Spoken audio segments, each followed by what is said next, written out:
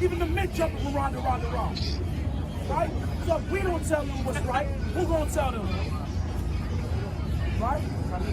So what we looking for? So what we looking for? I don't understand. We're telling our people who they are according to the Bible, that we are the real Jews. We are Hebrews according to God. And the reason we are destroyed for a lack of knowledge because we don't keep the laws of God. Give me Isaiah 1:3. You was holding something else? Yeah, cheap drawings. Forget about it. Yeah, done. I got you. I'm gonna read it out the Bible. Give me Isaiah 1:3. Isaiah 1:3. Read what you got. Isaiah 49:5. This is the book of Isaiah, chapter 49, verse 5. All right, what about you, brother? And now says the Lord, that orders of you to be his servant. To be what? To be his servant. What did the Lord want us to do? To be his servant. To be his servant. We are servants of God. Read on. To bring Jacob against him. To bring who? To bring Jacob against him. Jacob is the 12 tribes of Israel. You are God's chosen people. Right? So the sister asked the question, who wrote the Bible? Who wrote that? Give me 2 Ezra chapter 15, verse 1. Read what you got. Isaiah chapter 1, verse 3. The book of Isaiah, chapter 1 and verse 3. What does the Lord say? Read. The ox knoweth his owner. The ox is a stubborn animal and he knows his owner. Read on. And the ass his master's crib. And the donkey knows where he comes from and he's a dumb animal. Read on. But Israel. But who? But Israel. But who? But Israel. The 12 tribes of Israel. Read on. Do not know. They don't know. Read on. My people do not consider. After 30 years of living on this earth, you don't even know where you come from. You still call yourself African American. Right. You're God's chosen people, man. That's right. If I was to ask y'all where y'all from, what y'all gonna tell me? I'm Jamaican, I'm Bahamian, Haitian, African American. What would y'all say? Black? Right? You'll say you black? Right? But black is not a nationality. Black is a color. Right? So you gotta ask yourself, where are you truly from? Give me Hosea 4:6. Let's deal with who wrote the Bible real quick. Give me 2 Ezra 15, verse 1. This is the book of 2 Ezra, chapter 15, verse 1. Right, read. Behold, speak thou in the ears of my people. Right, read. The words of prophecy. The what? The words of prophecy. That's what we're doing. We're speaking into the ears of God's people, the words of prophecy. God is going to destroy this earth soon. And you got to come back and serve the Lord. Read on. Which I will put in thy mouth. Read. Says the Lord. Read. And cause them to be written in paper. Cause them to be what? Cause them to be written in paper. And so the prophecy that the Lord gave the prophets, he caused them to be written on paper. That's where we get the Holy Bible from. That's right. That's where the scriptures come from. This Bible was written for your understanding and your own good. Give me Hosea 4:6. Read what you got.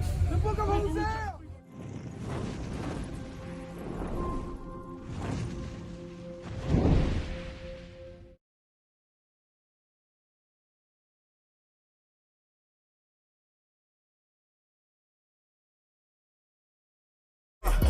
Well, it's cold, hell is hot.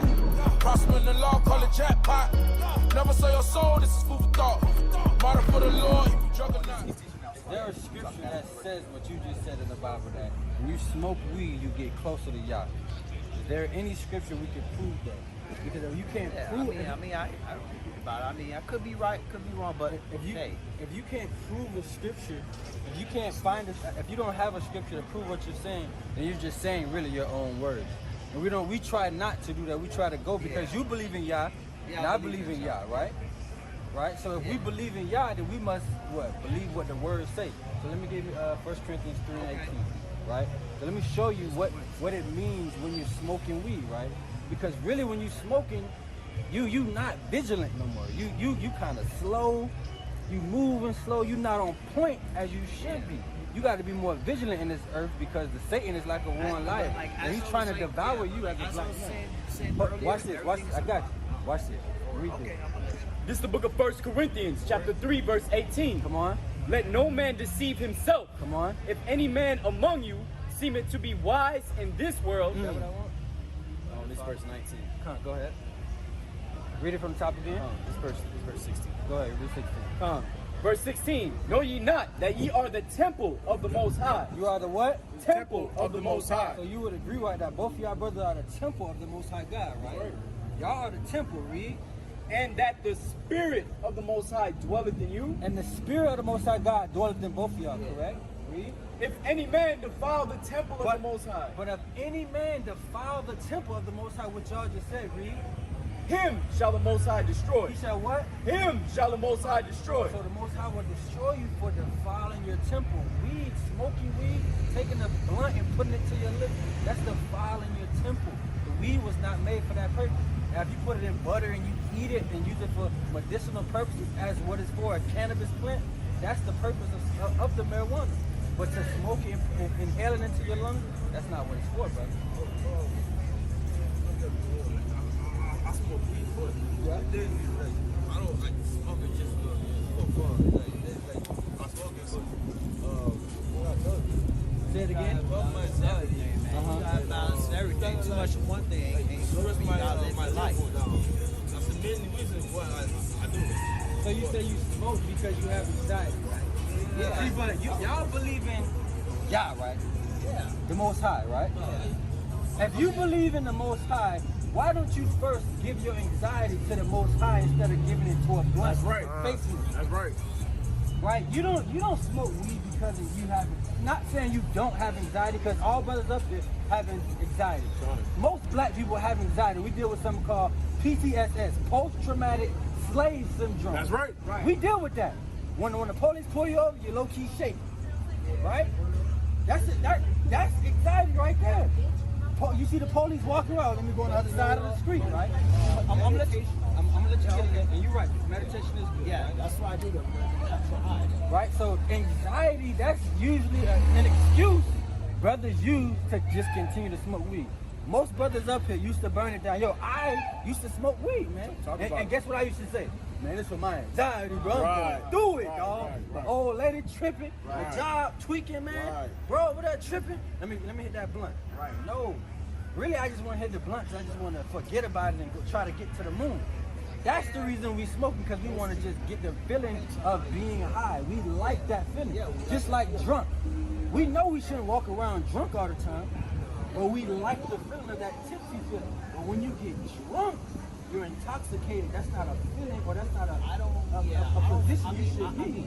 It's the same thing with getting high. When you smoke, you just trying to get high, right? What you got? This is the book of Ezekiel, chapter 8, verse 17. Come on. Then he said unto me, hast thou seen this, O son of man? Is it a light thing to the house of Judah that they commit the abominations which they commit here? For they have filled the land with violence. They have did what? Filled the land with violence. And that's what we walking around here. That's what we really teaching our people, man. The land, Fort Myers, and all black, where the black people are at, we fill the land with violence. Look at Young Dolph, man. Just got murked. That's black on black crime. We filling the land with violence. Not understanding that me and you, we in the same army. We in the same army.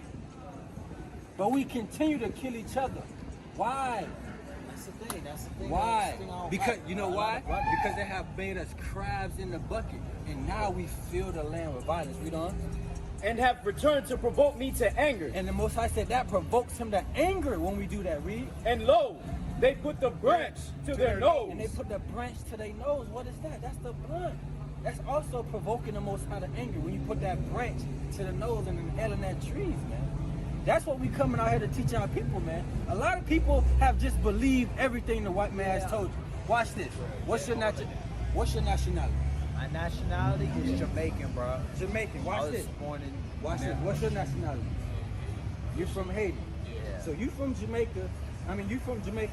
You from Haiti, right? And then I was born here in America, but you know, that's my culture. Yeah, that's your my culture, folks are right? From Jamaica. And then another a person that's so-called African American. What would he call himself? Black, right? So now you got three. Now you got three. I feel you. You got three so-called black people calling themselves different nationalities. But have you ever wondered what y'all called you? What the Most High God called you? Give me Deuteronomy 7 and 6. Look it up. What did the Most High God ever call the so-called black people? Why has nobody ever taught us this? Niger. Close. Yeah, Read. Niger. I heard. But Niger That's where- Niger is what they call us. Niger just means black. Yeah. So that's just a Latin That's word. how they came up with the N-word and all That's that. that's where the N-word comes from, right? The Yeah. word nigger, right? And that's in the Bible. I can show you that in the Bible, but read this real quick. This is the book of Deuteronomy, chapter 7, verse 6. Come on. For thou art an holy people unto the Most High thy power. So God said, y'all said there's a holy people unto him. And what does holy mean? Do y'all know? Holy.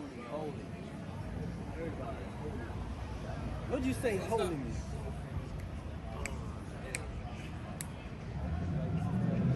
most people would say holy means like pure. Oh yeah, pure. Clean, right? In a sense, holy, yeah. kinda.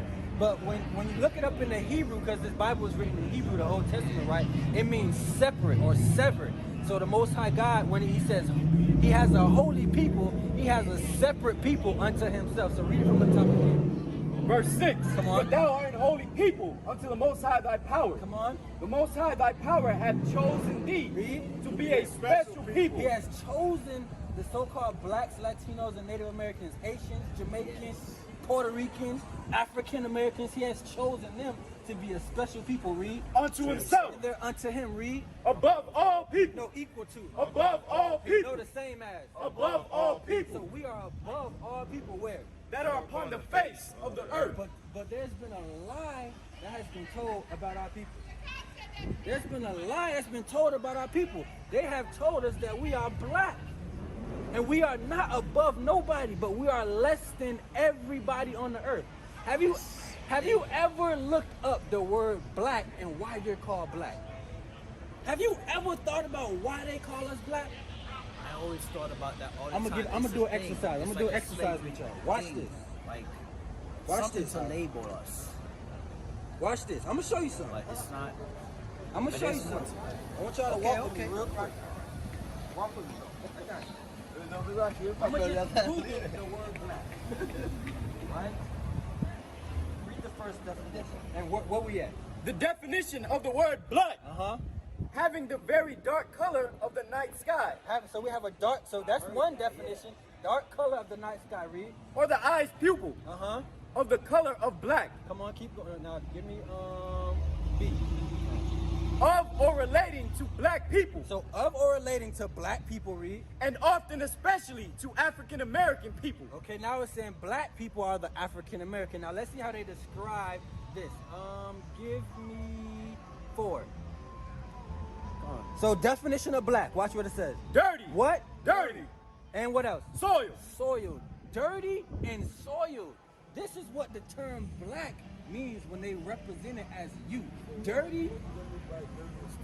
Dirty. Filthy. So the black man, dirty. When you look at him, when other people look at you and you continue to call yourself black, they want people and you to think of yourself as dirty, filthy. They put that term on you for a reason, not just because. Think about it. Think about it. Your jacket is black. That BMW behind you, navy blue. That's navy blue, right? But that BMW behind us is black. You not that color, bro. You not that color. I'm not that color. So why would they label us of that color? It says what? Dirty. Read. Let me go back up to it. I hear all types of things. You know how the white man makes the Bible and talk about like this and make it say like black is evil and all of that and all that stuff. I actually heard like one of the guys, you know. Actually, that's the next. Watch this. That's the next definition. Yeah, Watch. Read that. Characterized by the absence of light. So absence of light. Black. You're a black man. You have no light in you. So when the people look at you and you label yourself as a black man, you're dirty, soiled, absent of light, no light in you. Read the next definition, kid. Right here, 6. Old-fashioned or wicked. Wicked. So now they look at you as wicked. Black people, wicked. What else that was said? Thoroughly sinister or evil. Thoroughly sinister or evil. This is how they feel about you. That's why they gave you the term black. That's why we call black in this land, brother. Yeah. Now, read that one. Connected with or invoking the supernatural and especially the devil. And what? Especially the devil. And especially the devil. So who gave us that term, black? White. The white man. Now White watch man, this. for real, and especially at my school, it's one of the counselors saying like you're wearing black, and that is the devil's color. And you know how they strip with the dress code. I'm like saying that got me feeling some type of way. I'm like, what the heck?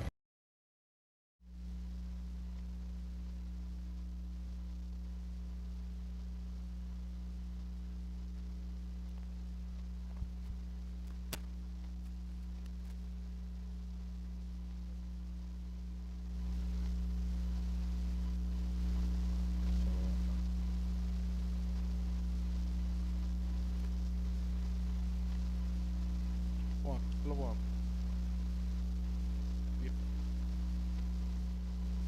Shalom. Shalom. Rising.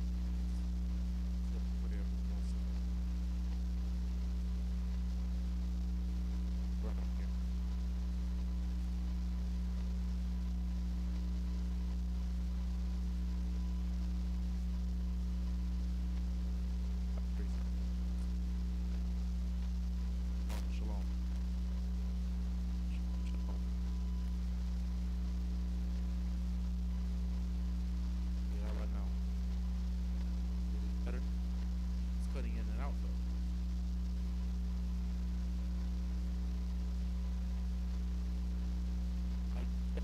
Hello.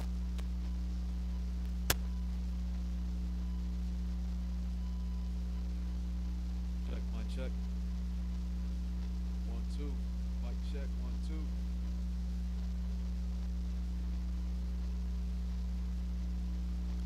Mic check, mic check.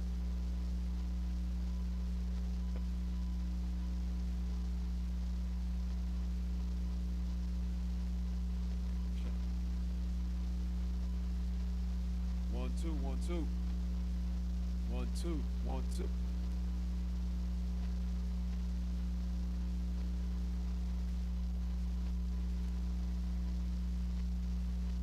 Shalom. Shalom. Shalom. Shalom. Shalom. Like this. Shalom. Shalom. Hallelujah. Hallelujah. Who's the power? The power. Ba'ashem. Ba'ashem. The blowing in the shofar.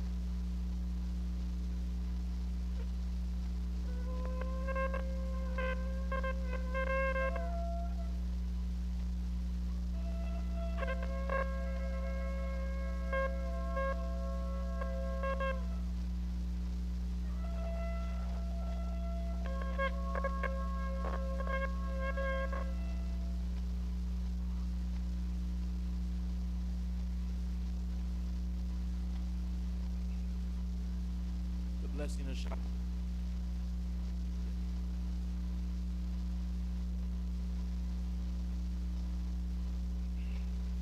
The blessing of Shabbat. Repeat the Hebrew only. Blessed be Yahweh in the name of the anointed Yahweh Shai that give us the Shabbat in peace. Barak Yahweh. Barakatah Yahweh. Bahashem Masek Yahweh Shai. Hashem Mashiach Yahweh Shai. Hawa al Nawa. Hawa Alakim Lanawa. HaShabbat. HaShabbat. Bashalom. Bashalom. Blessed be Yahweh in the name of the anointed Yahweh Shai that give us the law.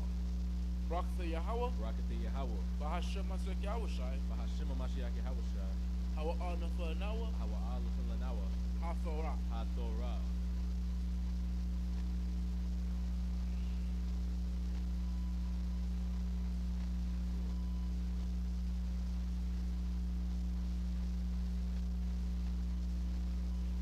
Blessed be Yahweh in the name of the anointed Yahweh Shai that give us the light to see.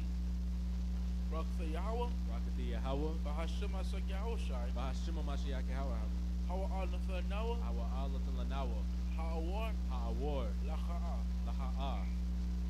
Blessed be Yahweh in the name of the anointed Yahweh Shai that give us the rams when they call the people. Barak Yahweh. Barakatah Yahweh. Bahashem Masek Yahweh Shai. Bahashem Mashiach Yahweh Shai. The third. Hawa al Nawa. Hawa Alakim Lanawa. Ha'awar. Ha'awar. Ha'ayo. Hayo. Koran. Koran. Lacha'a. Lakra'ah. Ha'ay. Ha'ay. Blessed be Yahweh in the name of the anointed Yahweh Shai that give us the olive oil to anoint Israel. Barak Yahweh. Barakatah Yahweh. Bahashem Masek Yahweh Shai. Bahashem Mashiach Yahweh Shai. Hawa al Nawa. Hawa Alakim Lanawa. Hashaman. Hashaman. Zayat. Zayah. Lamashak. Lamashak. Yasha'ala. Yasha'ala. Bahashem. Bahashem. Amasiach. Mashiach. Yahweh Shai. Yahweh Shai. The water. Wada. From Yad. Yad. Aman. Aman. Psalms 122. No, Psalms 92. So like in English.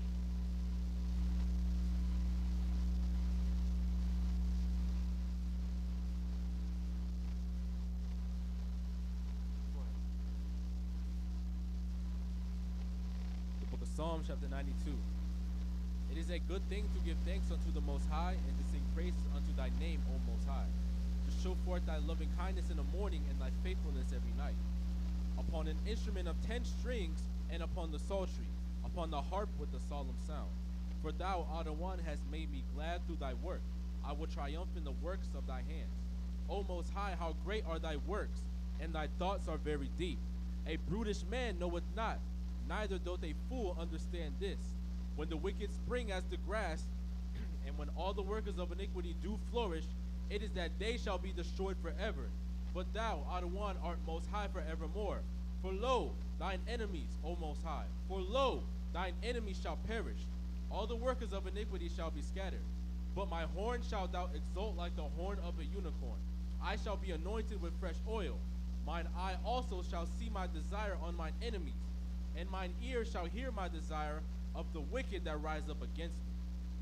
The righteous shall flourish like the palm tree. He shall grow like a cedar in Lebanon. Those that be planted in the house of the Most High shall flourish in the courts of our power. They shall still bring forth fruit in old age. They shall be fat and flourishing. To show that the Most High is upright, he is my rock, and there is no unrighteousness in him. Bahashima Mashiach Yahawashai, the Wadatham Yad, Man, Man. Hallelujah. Hallelujah. Hallelujah. Hallelujah. Who's the power? Yahweh's the power. Who's the power? Yahweh's the power. By Hashem. Yahweh Shai. By Hashem. Yahweh Shai. Read Psalms 121 in English.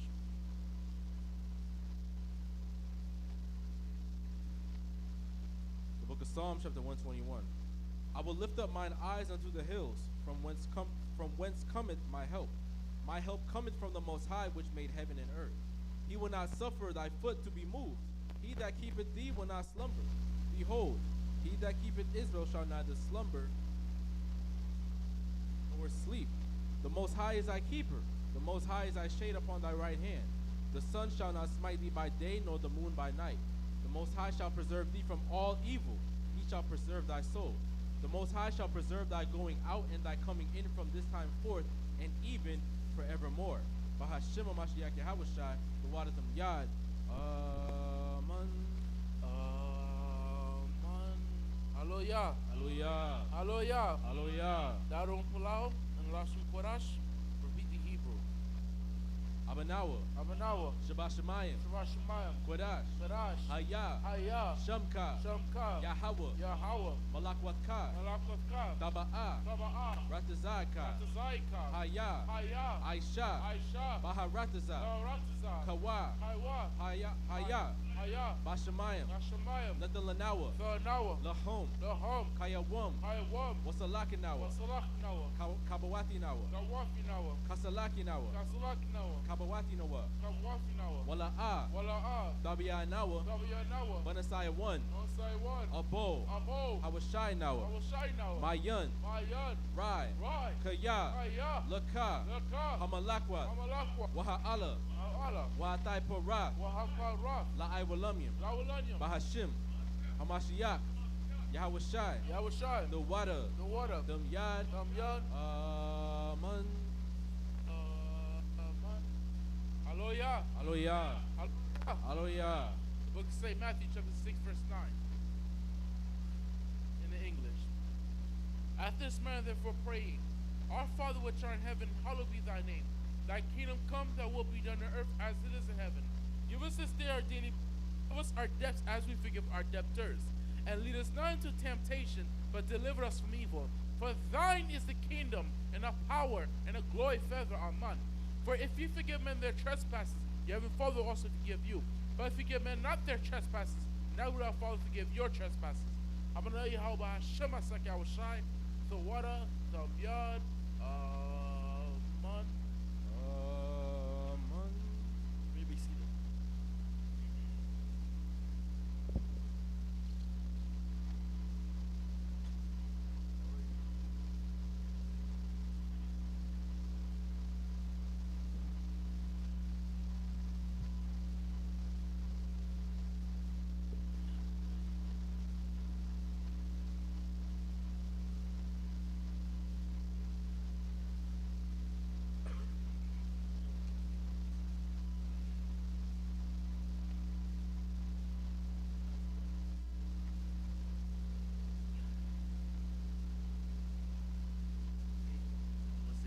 to the power of Abraham, Isaac, and Jacob, for surely his mercy lives forever. We made it through another week. Israel, all praise to the Most High. Hallelujah. Hallelujah. We had a powerful Hanukkah that just passed. You know, a lot of brothers and sisters, you know, they came out, they showed us a lot of love. You know, our beloved brothers out there in Shikari, you know, they showed us love. They congregated with us. You know, so I want to say all praise to the Most High for that. So you don't allow yourself to ever think that you cut out from ever participating with us when it comes to our feast days, our new moons, our Passovers, our Hanukkahs. It's just a lot of there's order that's been set, right? So the next feast that's going to be coming up after Hanukkah will be the feast of Purim, if I'm correct. It's going to be the feast of Purim and the feast of Nicanor. That's coming soon. And it's going to be in February. So once again, I'm giving you early invitation. Come through. Our location hasn't changed. Our location is 2937 West Bar Boulevard, here at the Light of Zion, home of one of the many homes of the truth, right? Filled with so-called Black, Hispanics, and Native Americans who do not smoke weed, who do not commit whoredom, that are following the commandments of Heavenly Father to the best of their ability, right? So I want to get Colossians chapter 3, verse 17. So I want to answer a quick question about Acts. What's the name? The one all the way to the top. Say it louder. A little louder. So Davash, right? Is the Davash branch? You sure about that?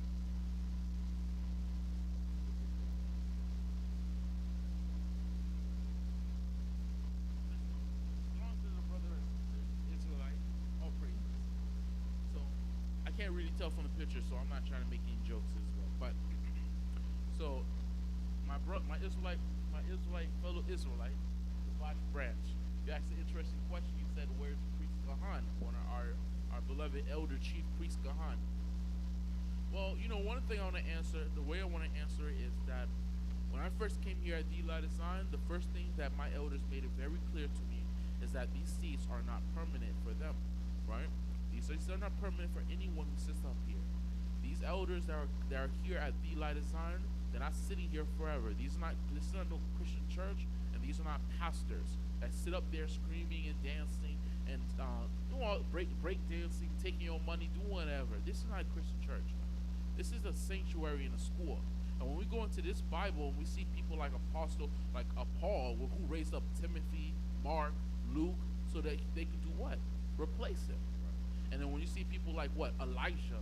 Let's go in the Old Testament. Elisha did what? Who replaced Elisha? Am I talking to myself? Who replaced Elijah? The prophet who? Huh? What? The prophet Elijah was replaced by his disciple Elisha. The prophet Elisha took over the prophet Elijah after he was taken by the Most High. So the whole point of me saying this is that the Most High, these elders here at the Light of Zion and Chief Priest Gahan himself, they are raising up young men so they can sit in these seats to teach the people. Because none of us live forever. None of us can continue to do the work forever. And none of us can continue doing the same type of work forever. Just because you don't see Chief Priest Gahan sitting up here, don't think he's not doing the work. He does the work, right? So, I want to get a quick precept. Give me 2 Timothy chapter 2, verse 2. Yeah, get Colossians chapter 3, verse 17. The book of Colossians chapter 3, verse 17. And whatsoever ye do in word or deed. In what? In word or deed. Whatever we do in word or deed, read on. Do all in the name of the Other One Yahweh Shai, giving thanks to the Most High and the Father by him. So we do all in the name of Mashiach Yahweh Shai. So whatever we do, we have to represent him, right? By the things that he did, right? By keeping the commandments, by believing in the Father. We have to do all these things, right? Give me 2 Timothy 2 and verse 2. Let's see what Paul was saying to Timothy. The book of 2 Timothy chapter 2, verse 2. And the things that thou hast heard of me among many witnesses, the same commit... Oh, so like, I meant verse 1. Start from verse 1. Verse 1. Thou therefore, my son. What did he say? My son. My son, read on. Be strong in the grace that is in Hamashiach Yahushua. So first Paul tells Timothy, you know, my son, be strong in the grace which is on Mashiach Yahushua. Read on. And the things that thou hast heard of me among many witnesses, the same commit thou to faithful men. Do what?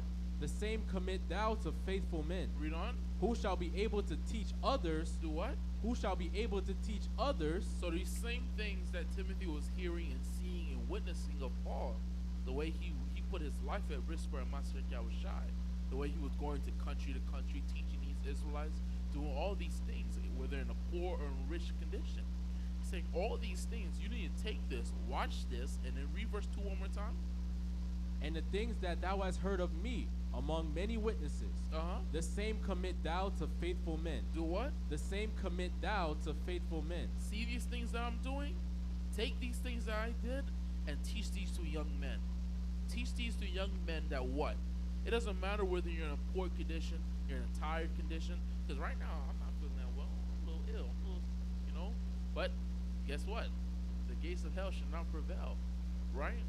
So these things that Paul was going through, all these terrors, he was on a ship, the ship crashed in Creek. He was going through all types of problems. But what he's trying to tell Timothy is that all these things that I went through, take these things and teach young men, teach these men to follow in my steps, right? Read on.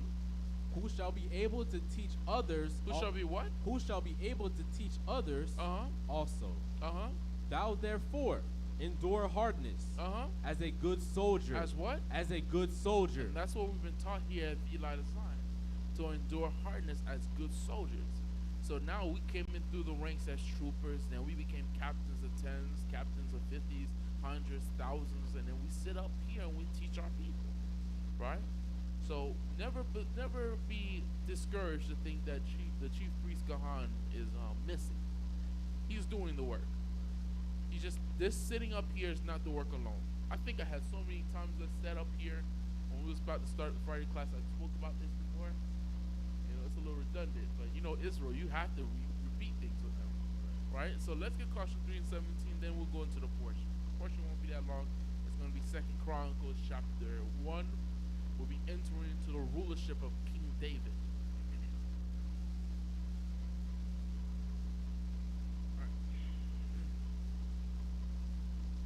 The book of Colossians chapter 3 verse 17. One thing I want to remind to Israel, I would answer any questions you put in the comments. I will answer any questions you put in the comments, so comment below. Make sure to like this video. When you like this video, when you like our videos, it makes it easier for brothers and sisters to search it up and find it, right? So like these videos. If you can't be sitting in this room, at least do your part as an Israelite and like the video so you can help us push this truth. Because as long as this truth is not pushed out to the four corners of this earth, we're going to remain in this captivity. So do your part, Israel. Read on. And whatsoever ye do in word or deed, do all in the name of the Adawan Yahweh Shai, giving thanks to the Most High. Do what? Giving thanks to the Most High. So we give thanks to the Most High here at Eli Zion as Israelites. Read on. And the Father by him. So now let's get first 2 Chronicles. 2 Chronicles chapter 1. As I said before, we're entering into the rulership of King Solomon. David just passed away. So go ahead. The book of 2 Chronicles chapter 1 verse 1. And Solomon, the son of David, was strengthened in his kingdom. What did it say? And Solomon, the son of David, was strengthened in his kingdom. So he was strengthened in his kingdom. Why? Because David already established everything.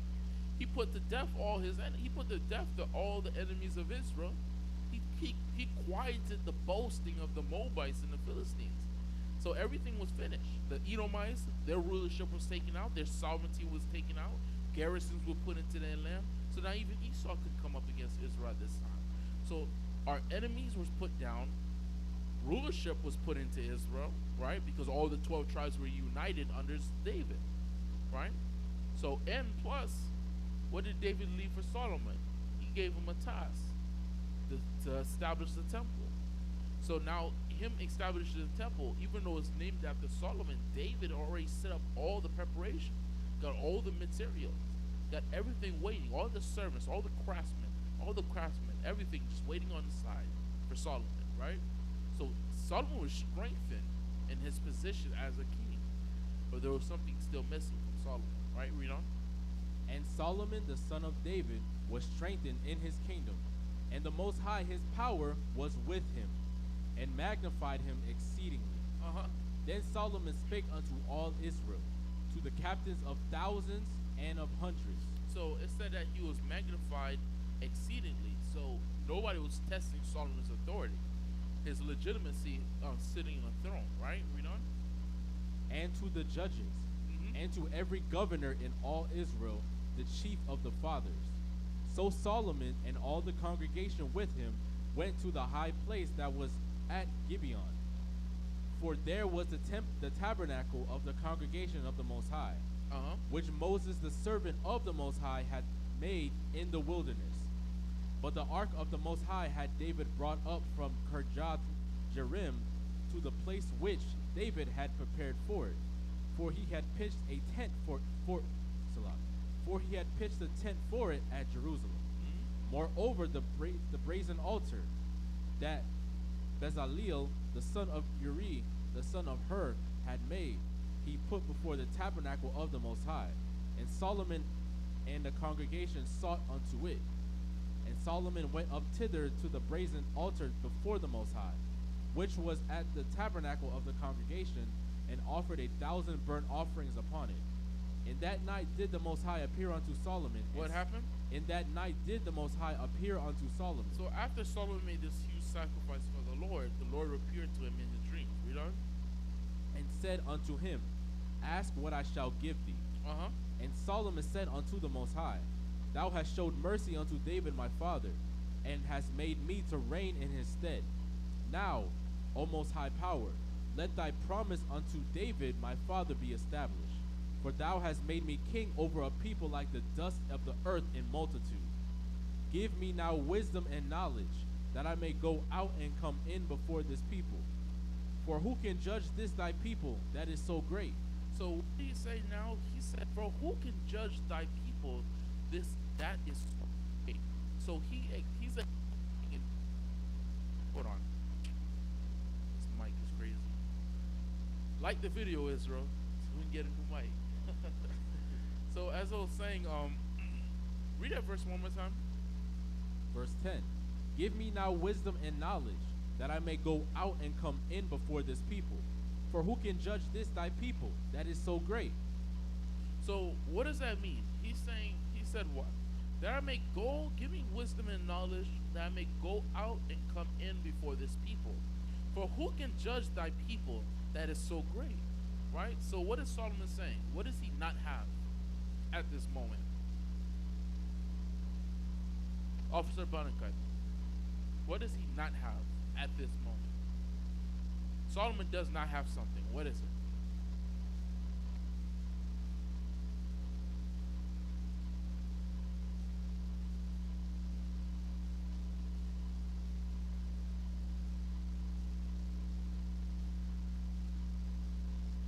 What does he not have? That's what my question was. What does Solomon not have? Let's pay attention to what he asked for from the Lord.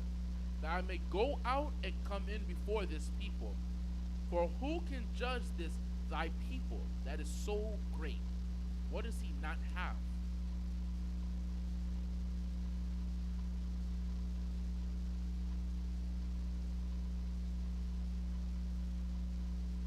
He's not following my instructions. Words and videos. What does he not have?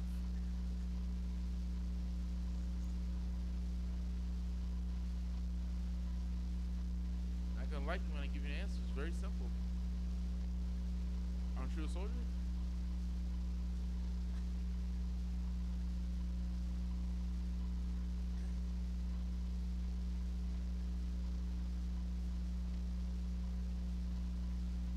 Too much dead air. Don't worry about it. You get the next question. So it says that I may go out and come in before this people. For who can judge this thy people that is so great? So at this moment in time, Solomon did not have the wisdom and understanding to rule Israel. Even though he was put onto the throne, he didn't have this. He didn't have the wisdom that was needed to instruct the children of Israel, deal with the princes, the governors, the rulers, the judges, deal with the peoples and all their problems. He didn't have that understanding. All right? And today, that's called what? It's called leadership. He didn't have the skills and knowledge to be a proper leader. So this is what he's asking for. He's asking for the Lord what? Proper leadership. Right? Read on. Actually, hold on. Get James. Yeah. James 1 and 5. Huh? Loud. Give me James 1 and 5. Yeah, all praise the Most High. So yeah, this time Solomon didn't have the wisdom and knowledge to rule Israel. Even though he was strengthened in the position, he may have the wealth, he may have the governors, the captains to do what he wants, but he understood something. He wasn't like his father David. Right? Read. The book of James, chapter 1, verse 5. If any of you lack wisdom, let him ask of the Most High. What did it say? Let him ask of the Most High. So if any of us lack wisdom, leadership, patience, all these things, right? Because those are all mercy. All these things are needed to be a proper leader, right? He says, if any of you lack wisdom, let him what? Let him ask of the Most High. Let him ask of the Most High. Read on. That giveth to all men liberally. Read on. And upbraideth not. And it shall be given him. But let him ask in faith. What should he do? But let him ask in faith. A lot of us be asking, you want the deepest breakdowns and understandings. And you want to just be able to understand Daniel's vision, the 4 P's, all these prophecies. But ain't none of you in class, right? You have faith, the Lord's going to give you wisdom. But what does the scripture say? Faith without what? Works is dead. What did it say? Works is dead. What did it say? Works is dead. Well, faith without works is dead. So when you're not in class, but you're sitting at home on your couch, praying to the Father for wisdom and understanding, but the Lord is setting up righteous young men, righteous elders who's been in this truth for years, who have went through these scriptures, who have sacrificed days and hours going through these scriptures, praying and fasting for this understanding, and you sit down on your couch and not be in class. You're showing the Most High you don't have no faith in this. You don't want no real wisdom. You want a microwave wisdom, microwave dinner wisdom. There you go, something quick. Just give it to you. 15-minute video. Boom. That's it. And it just doesn't work like that, right? Go ahead. But let him ask in faith, nothing wavering. Nothing what? Nothing wavering. Nothing wavering. Read on. For he that wavereth is like a wave of the sea. So I pray to the Father for wisdom and understanding, right? But does that mean I'm gonna stay home and just watch this video and then that video, this video? No. Especially if you live up the block from the school that's near you. You're praying to the Father for wisdom. You know what you do? Now you have to seek it out. You have to seek out that wisdom and knowledge. You have to join the school. And then you sit down in class. Every time there's a problem, there was a shooting in my neighborhood. There was a shooting in my neighborhood just this week. I didn't even hear, there'd be so many. I didn't even hear about this one that came out. Right? But there was a captain, one of the Captain Assad, he rang my phone. He let me know that there was a shooting in the neighborhood, right? So many of these tragedies, all these tragedies be happening all the time in the neighborhood, and every time I think about it, I'm like, damn, he should have been in class. There's no shootings that happen here. There's shootings that probably happen outside these doors, but he should have been in class. Inside these classrooms, inside these doors right now, guess what? There is no shooting. There's no brothers and sisters losing their lives. Right? Read. For he that wavereth is like a wave of the sea, driven with the wind and tossed. Is what? For he that wavereth is like a wave of the sea, driven with the wind and tossed. Read on. For let not that man think that he shall receive anything from of the Most High. Yeah, what audacity you have to pray for the Lord for some wisdom, man. And the Most High has given wisdom to these men here. Most High has given wisdom to elders who've been in the truth for years, when you was probably still inside your mother's womb, right? So read on. Verse 8. A double-minded man is unstable in all his ways. What it say? A double-minded man is unstable in all his ways. It doesn't even deal with just wisdom. It deals with just wanting to keep the commandments. I come across brothers and sisters all week.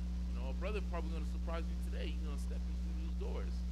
I deal with brothers and sisters all throughout the week.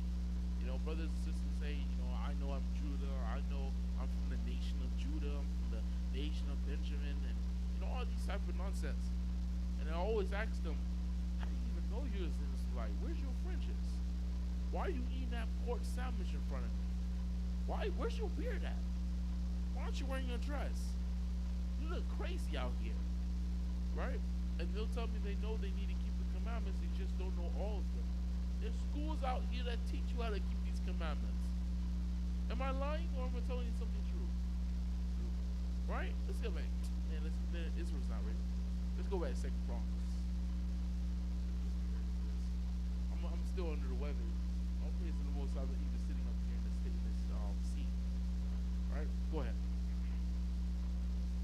The book of 2 Chronicles, chapter 1 and verse 10. Give me now wisdom and knowledge, that I may go out and come in before this people. For who can judge this thy people that is so great? And Yahweh said to Solomon, because this was in thine heart. What did he say? Because this was in thine heart. Read on. And thou hast not asked riches, wealth, or honor, nor the life of thine enemies, neither yet hast asked long life, but hast asked wisdom and knowledge for thyself, that thou mayest judge my people, over whom I have made thee king. Wisdom and knowledge is granted unto thee, and I will give thee riches and wealth and honor, such as none of the kings have had that have been before thee, neither shall there any after thee have the like. So the Lord acknowledged something so selfless, something that wasn't for him, right? Because the whole purpose of Solomon's prayer is not for him.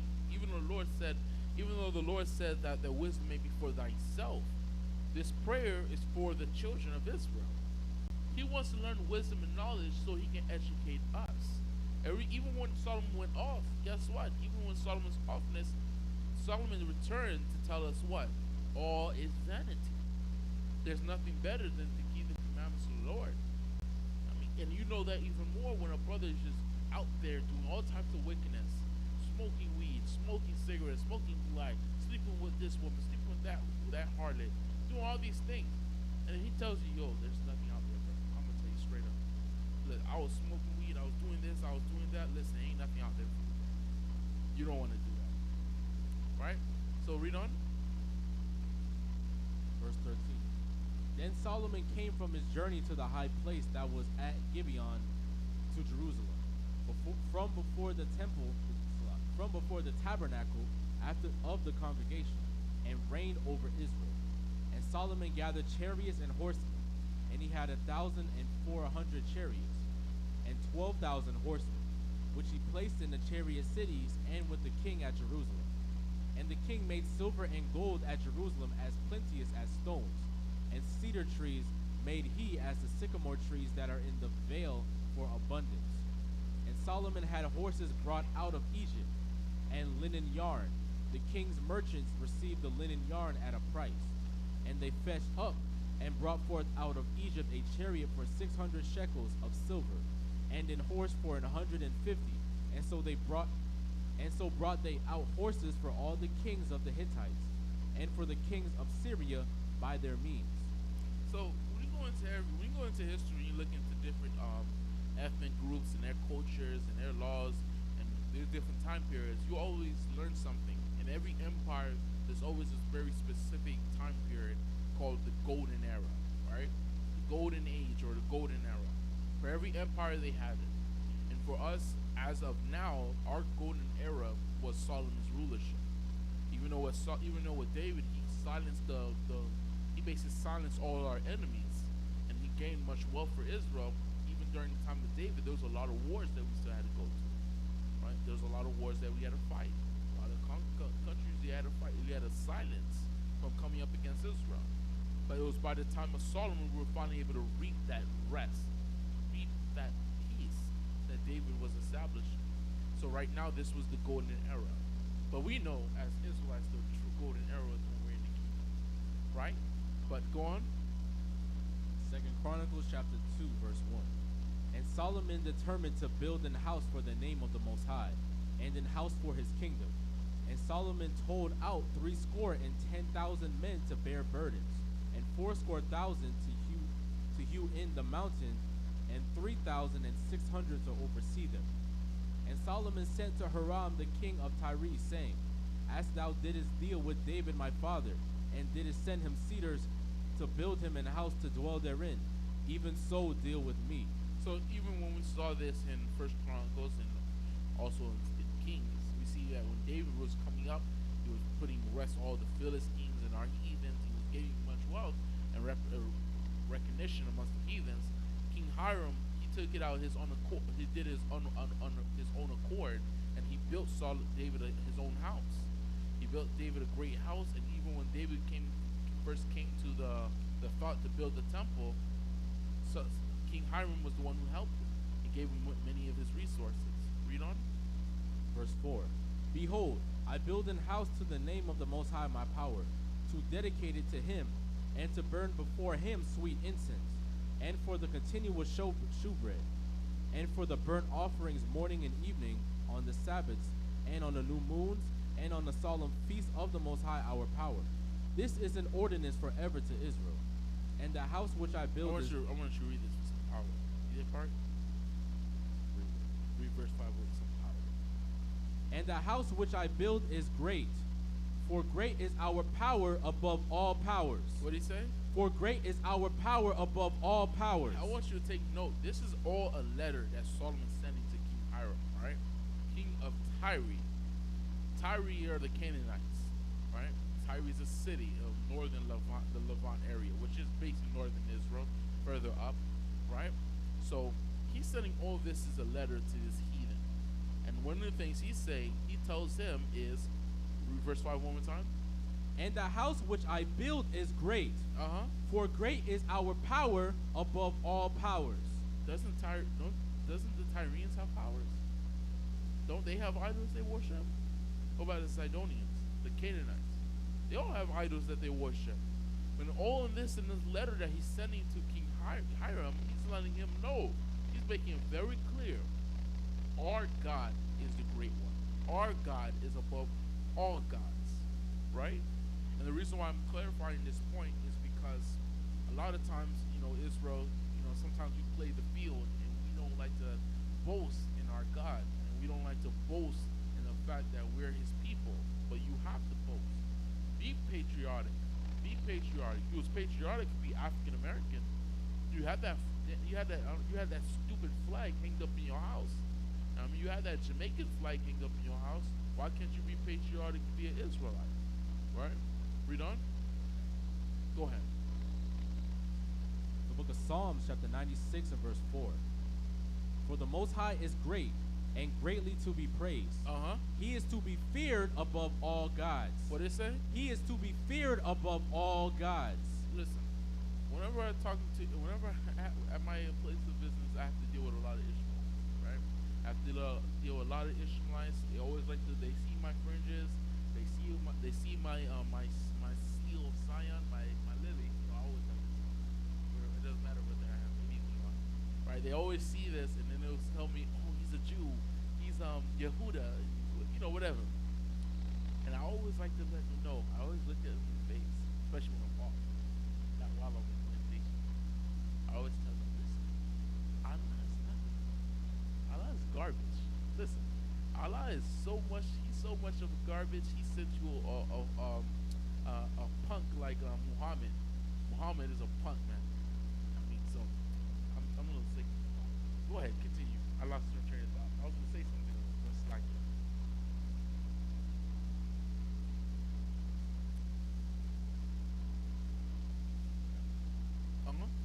Oh, you can read your precept one more time if you have it, and then go back to Chronicles.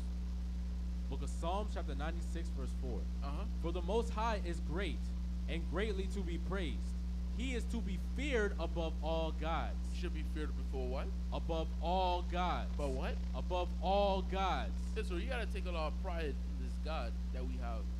This God that prophesied to us that if we break his commandments, we go to slavery. which we saw happen. So we know this is the true God, right? We have the manuscripts like the Isaiah scrolls that mentions that Cyrus was going to allow us to be free to rebuild our temple 200 years prior to there even being a Cyrus on the earth, right? So we know these things are prophesied, so this is something divine. So when Solomon's saying this, yo, for great is our God above all gods to this heathen, a king who he's asking for something in return, you have to look at that and say, yo, I gotta take more pride in my God. And I have to have less fear of the heathens and other people knowing that I have pride in this God. Right? Go ahead, you go right to it. Second Chronicles chapter 2 verse 5. And the house which I build is great, for great is our power above all powers. But who is able to build him an house, seeing the heaven and heaven of heavens cannot contain him? Who am I then that I should build him an house, save only to burn sacrifice before him? Send me now therefore a man cunning to work in gold, and in silver, and in brass, and in iron, and in purple, and crimson, and blue, and that can skill to grade with the cunning men that are with me in Judah and in Jerusalem, whom David my father did provide. Send me also cedar trees, fir trees, and algum trees out of Lebanon, for I know that thy servants can skill to cut timber in Lebanon. And behold, my servants shall be with thy servants, even to prepare me timber in abundance. For the house which I am about to build shall be wonderful great. And behold, I will give to thy servants the hewers that cut timber 20,000 measures of beaten wheat, and 20,000 measures of barley, and 20,000 baths of wine, and 20,000 baths of oil. Then Hiram the king of Tyre answered in writing, which he sent to Solomon, because the Most High had loved his people, he had made thee king over them. So he saw that even when Solomon said, our God is above all gods, even even Hiram, king of Tyre, he saw that, he acknowledged it. He's like, damn, I saw David. You saw David killing all those people. David came from the hood. Now he's living in Jerusalem, living right. He was living right, and then he was killing all these damn heathens, putting them to rest. And then he put up this son, this wise son, coming out of nowhere. Listen, they truly got a God. Their God is truly above all gods. Right? Read on. Verse 12. Hiram said moreover, blessed be the most high power of Israel, that made heaven and earth, who hath given to David the king a wise son, endued with prudence and understanding, that might build an house for the Most High, and an house for his kingdom. And now I have sent a cunning man, endued with understanding, of Hiram my fathers. Read that one more time. Verse 13, go ahead. And now I have sent a cunning man. So King Hiram of Tyre, he's sending a cunning man. Read on. Endued with understanding. What is he what? Endued with understanding. He's endued of understanding. Read on. Of Hiram, my fathers. What is his name? Of Hiram, my fathers. So don't get it confused. There's two Hirams mentioned here. There's King of Tyre, King Hiram, and then there's Hiram, who's being sent to Solomon to work craftsmanship. Right? Go ahead. Verse 14. The son of a woman of the daughters of Dan. What did it say? The son of a woman of the daughters of Dan. So his mother was of the tribe of Dan. Read on. And his father was a man of Tyre. His father was what? Was a man of Tyre. So his father was a man of Tyre. Do not get confused here, Israel. It says the man was a man of Tyre, which means he lived in Tyre, right? But his mother was of the tribe of Dan, the daughters of Dan. So she came from the territory of Dan and went to move up there in Tyre and live there. That's where she met this man. But what is the tribe of this man of Tyre? So give me the book of there you go. Give me 1 Kings chapter 7 verse 14. Let's see more of the narrative of what's going on during the rulership of King Solomon during 1 Kings. There's a very important information that be understood here in Israel, is that all of us as Israelites, even during this period of time, before we began to become dispersed through the curses and punishments, no. Even during this period of time, all of us weren't just all living in Israel. And I'm going to show you that with the man of Tyre. Read on. 1 Kings chapter 7, verse 14.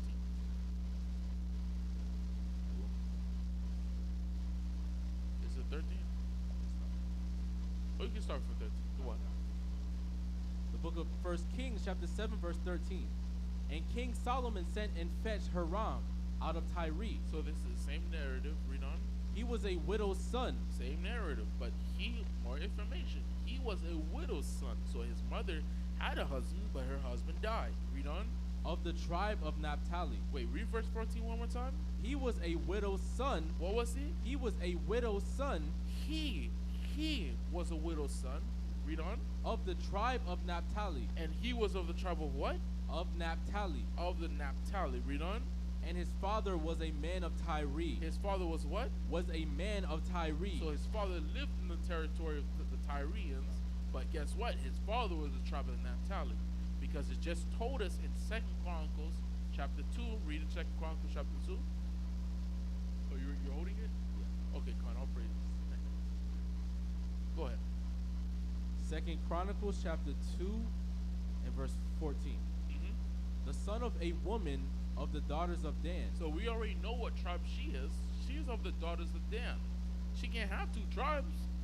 So she's of the tribe of Dan, and his father, which is a man living in Tyre, or a man of Tyre, he's of the tribe of Naphtali, because it just told you in 1 Kings chapter 7 verse 14, he was of the tribe of Naphtali. It's very simple, right? Let's get the next precept. Let's understand this. Give me Genesis chapter 15 verse 18. Let's understand why there's Israelites living in the territory of Tyre. Very simple, Israel. It's because none of us, we weren't all just living in the territories of Judah, the territories of Ephraim. We weren't just all living in Israel. Some of us left, some of us came back, right? This is the reason why we're going to go further. We're going to see about the whole explanation about strangers. Why when we go in the law, there's two sets of definitions for the word stranger. One that's applying to the heathens, and then one applying to us. Right? Read Genesis 15 and 18. The book of Genesis chapter 15 verse 18. So the second thing I want to say is, when you look into the map of Israel, Officer Bunica, get me a map of Israel. Let's find out ancient Israel, ancient map of Israel. Put it on the screen.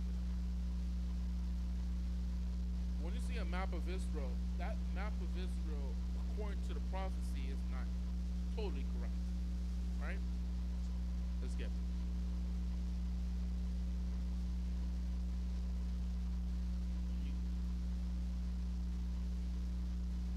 Search up ancient map of ancient Israel. Should be one of the desktop. Yeah. You sharing the screen?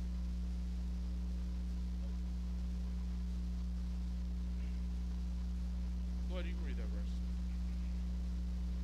While he's getting that image, I'm going to show you ancient Israel, but how Israel's actually supposed to look according to the prophecy, the covenants given to us by Moses. The book of Genesis chapter 15 and verse 18.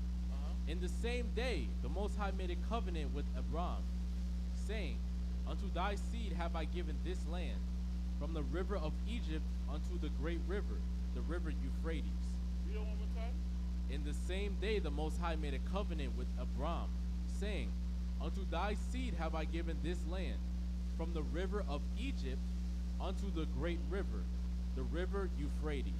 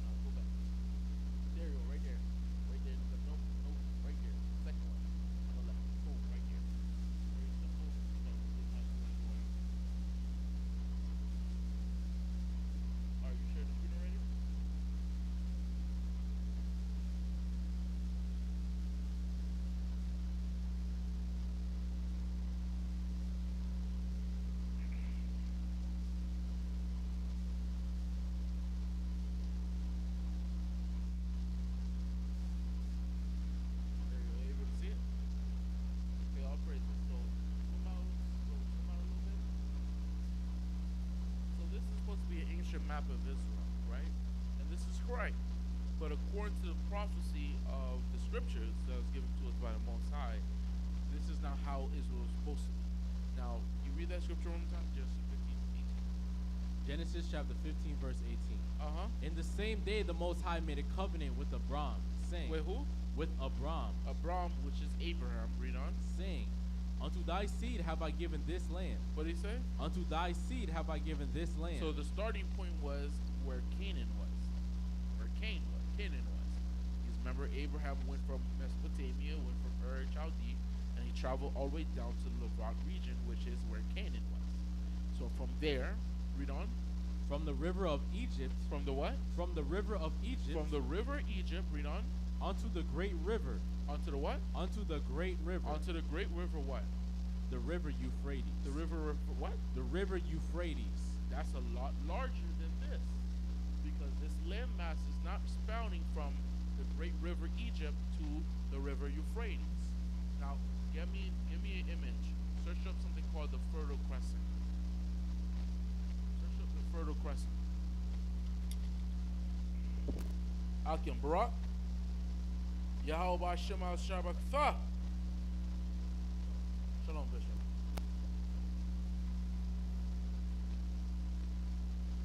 Huh?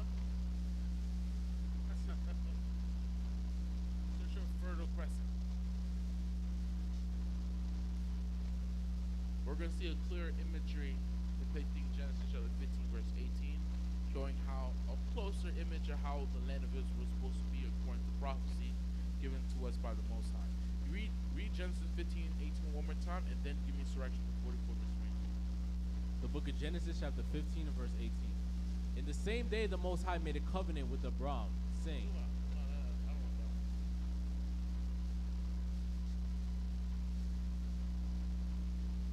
In the same day, the Most High made a covenant with Abram, saying, Unto Yeah, that was left. Yeah, that was right. Go ahead. Unto thy seed have I given this land, from the river of Egypt unto the great river, the river Euphrates. So,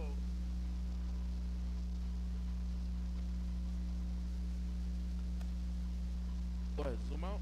Okay, so you got the great river Egypt right here, the river Nile. Read on. From the river Nile to what? From the great river of river- Egypt Uh-huh. unto the great river, the river Euphrates. And the great river Euphrates, which goes all the way to Mesopotamia where Abraham was from. But this was the covenant. This is the covenant that the Most High gave to Abraham to be passed on to the children of Israel. Give me Sirach 44, verse 22. You can stop screen sharing.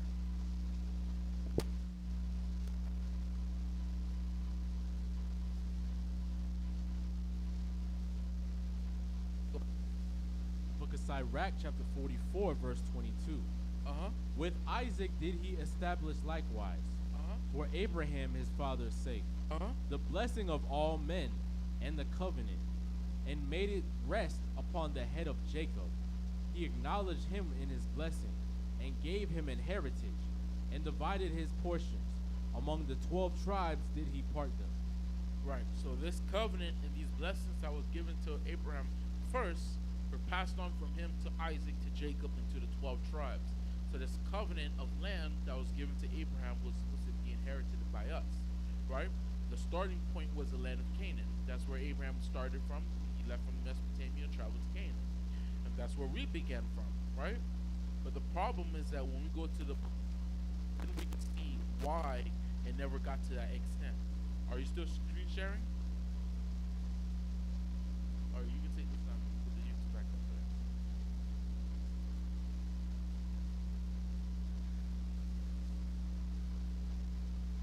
There you go. Give me Joshua chapter 13, verse 1.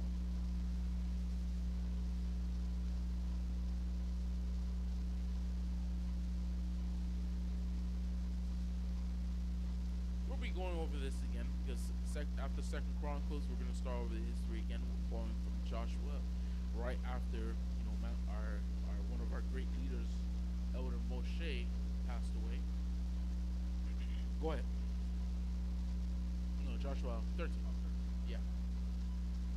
Book of Joshua, chapter 13 and verse 1. Now Joshua was old and stricken in years. So this is after Joshua. You can read the previous chapter, which talks about the actual kings and rulership and dominions that Joshua was able to conquer. So if I remember correctly, conquered about 31 kings, took down 31 kingdoms that was in Canaan prior to him getting old. Right? Read on. And the Most High said unto him, What did he say? Thou art old and stricken in years, The Most High said, you're old and you're stricken years. Read on. and there remaineth yet very much land to be possessed. So even after all of this all this conquering that Joshua did, shalom, brother. Oh, shalom, elder. Shalom. I'm doing well. I'm praising the Most High. Shalom, shalom, shalom. Yahweh Shem HaShabakah.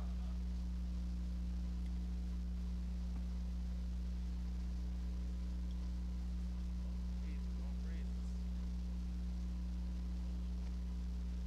Praise the Most High.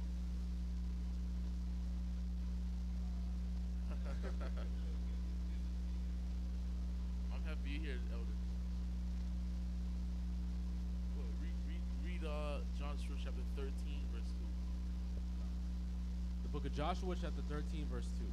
This is the land that yet remaineth. What did it say? This is the land that yet remaineth. So even after all the conquering that Joshua did, the Lord is telling us that there's land that still remains. Read on. All the borders of the Philistines. What did it say? All the borders of the Philistines. All the borders of Philistines, the same people David was fighting. Read on. And all Geshuri from Sihor, which is before Egypt. Which is before what? Which is before Egypt. Same way it said in Genesis 15:18, it says from the river Egypt all the way to the river Euphrates. Read on. Even unto the borders of Ekron northward. Salakia. Go ahead. Joshua 13 and 3. Salakia. Go ahead. Read on. Even the borders of Ekron northward, which is counted to the Canaanite. 5 lords of the Philistines, and the Gazathites, and the Ashdothites, and the Eshkelonites, and the Gittites, and the Ekronites, and the Avites. From the south, all the land of the Canaanites, and Merah, that is beside the Sidonians. What? That is beside the Sidonians. So beside the Sidonians, and the Sidonians were north from Israel. You have the Sidonians, the Tyrians, the Byblos. So you have all these Canaanites that are living north from us. Right? Read on. And unto effect to the borders of the Amorites. So you jump down to verse 6. Verse 6. All the inhabitants of the hill country from Lebanon unto Mizrapath Maim, and all the Sidonians. And all the what? And all the Sidonians. And all the Sidonians. Read on. Them will I drive out before the children of Israel. What did it say? Them will I drive out before the children of Israel. But because of our failure to adhere to the laws of the Lord, the Most High said we were supposed to drive them all out of Israel. What happened? They remained there. Because rather than continue to conquer the land that the Most High gave us, that we inherited from Abraham, Isaac, and Jacob, we decided to make them tributaries. Right? Read on. Then will I drive out before the children of Israel. Only divide thou it by lot unto the Israelites for an inheritance, as I have commanded thee.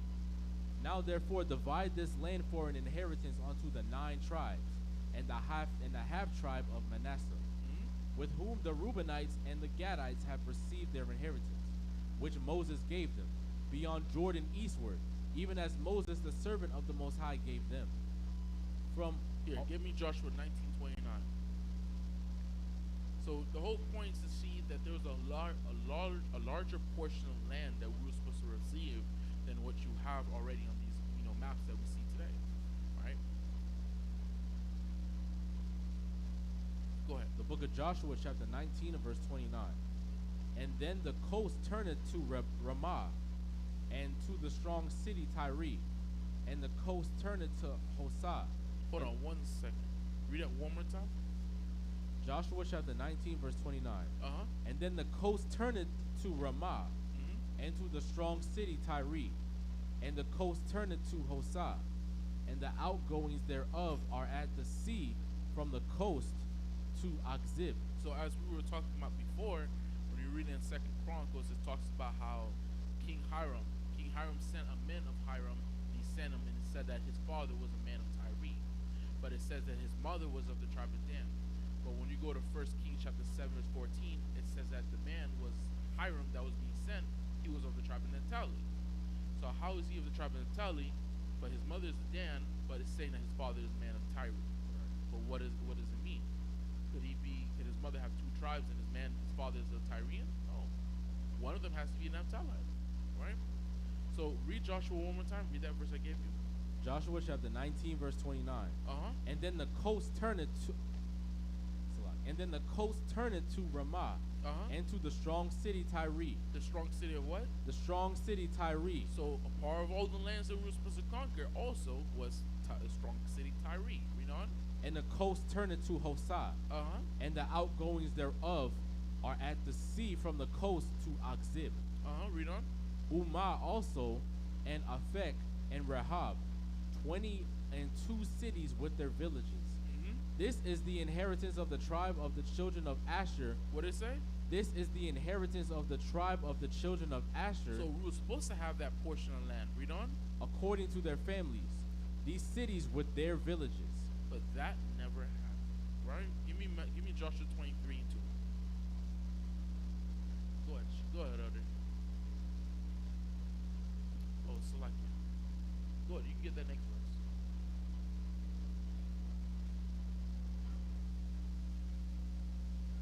Right. Oh, snap. I even snap. Here, get that verse for me. Verse 32.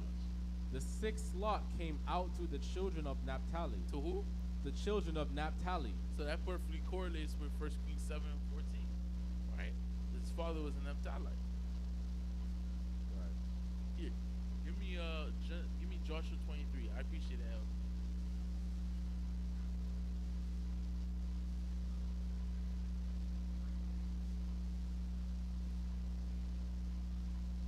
Right. Oh, right. Right. Right.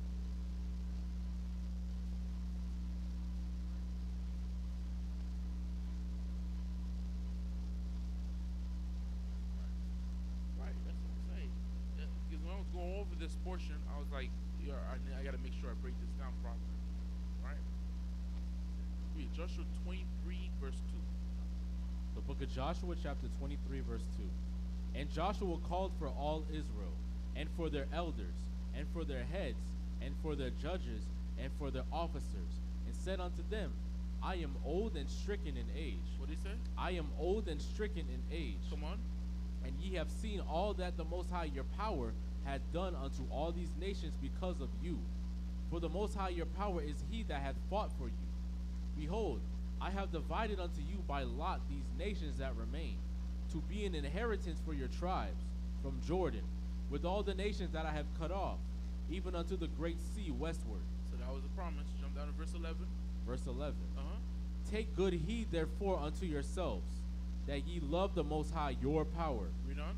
Else if ye do in any wise go back, and cleave unto the remnant of these nations, Which we did. Read on.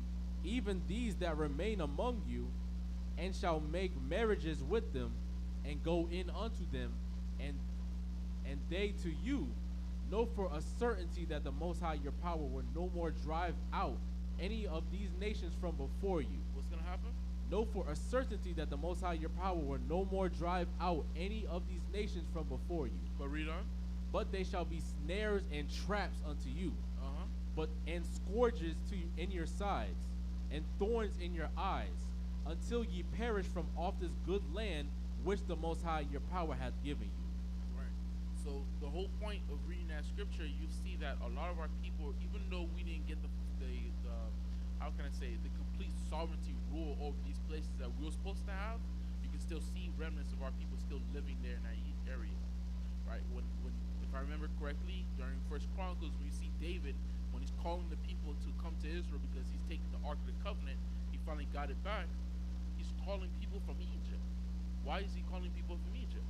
Because Israel's living there. Or is he calling Egyptians to see the Ark of God? Right. So, like, you want to say anything on that?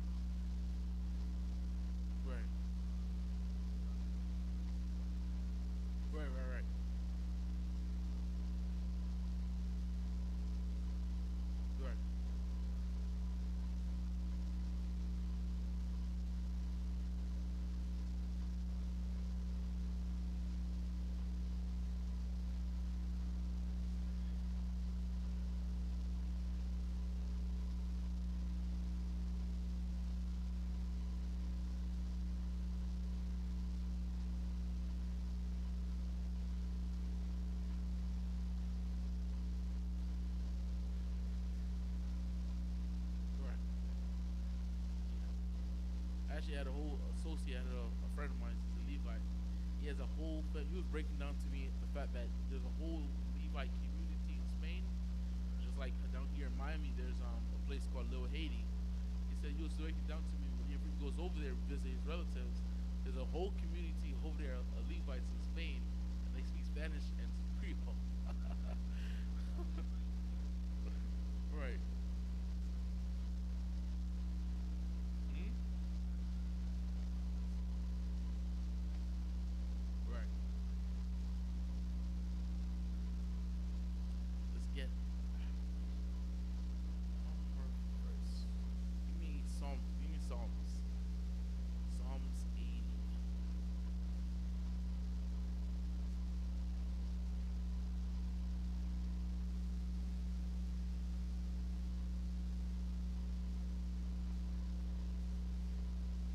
There you go, 87 and 2. Right. I want to use this last verse because I know Rastafarians love using this verse out of context. Right. Psalms 87 and 2. The book of Psalms, chapter 87, verse 2. The Most High loveth the gates of Zion more than all the dwellings of Jacob. Read that one more time. The Most High loveth the gates of Zion more than all the dwellings of Jacob. So the context of this whole chapter is following along with verse 2, right? And verse 2, the first line of it is, Yahweh loveth the gates of Zion. That's a very specific city that's in Israel. But then it says what? Verse 3. No, verse 2. Yeah, second half. The Most High loveth the gates of Zion more than all the dwellings of Jacob. And just like the elder just said, Israel's been spread across the four corners of the earth. Same way you see little places down there, like I said about Little Haiti, down there, down past Coconut Creek, there's a little place called Little Venezuela. Little place, Little Venezuela, where there's just all northern, all brothers and sisters just from Venezuela and from Colombia, right? Speaking only Spanish. There's certain places you can get to down in Jalea where the signs were literally all just being Spanish, right? So you can see places where our people just gathering together and living with each other, right? So it says more than all the dwellers of Jacob. Read on. Glorious things are spoken of thee, O city of Yahweh. Salah. I will make mention of Rahab and Babylon to them that know me. What did it say? I will make mention of Rahab and Babylon to them that know me. Read on. Behold, Philistia and Tyre with Ethiopia. This man was What did it say? This man. This what? This man. So when Rastafarians go to this verse, they always use it to try to make it be Haile Selassie, and they single out Ethiopia, but they forget that it says Philistia and Tyre, right? So it says Philistia, one place, Tyre, another place, Ethiopia, another place. This man was born there, all three of those places. Read on. And of Zion it And shall what it say? And of Zion it shall be said, this and that man was born in her. That this man was born in her. It's talking about the children of Israel. That's why it goes all the way back to talk about Zion, which is what it said in verse 2, and then it talks about these other places, which is dealing with what? The dwellings of Jacob. That's why you read in Joshua, it said what? That all the lands of the Philistines were supposed to be ours. The Sidonians were supposed to be ours. The Tyrians' land was supposed to be ours. But we failed at it. But even though we failed at it, some of our people are still living there. So, you got something else to say, Elder? Go ahead. Philistia? Oh, Egypt, right? Right. I think, yeah. Oh, yeah. So, go back to, 2nd Chronicles. 2nd Chronicles, chapter 14. Come on. Is that where we left off? Oh yeah, Joshua 23. No, I think we finished off with Joshua 23. The reason why I wanted to show that point is that the Lord, He made that happen. That's why I showed them the map of modern Israel and why it's like that. Right? So go back to 2nd Chronicles chapter 14, 2 and 14. Book of 2nd Chronicles chapter 2 verse 14.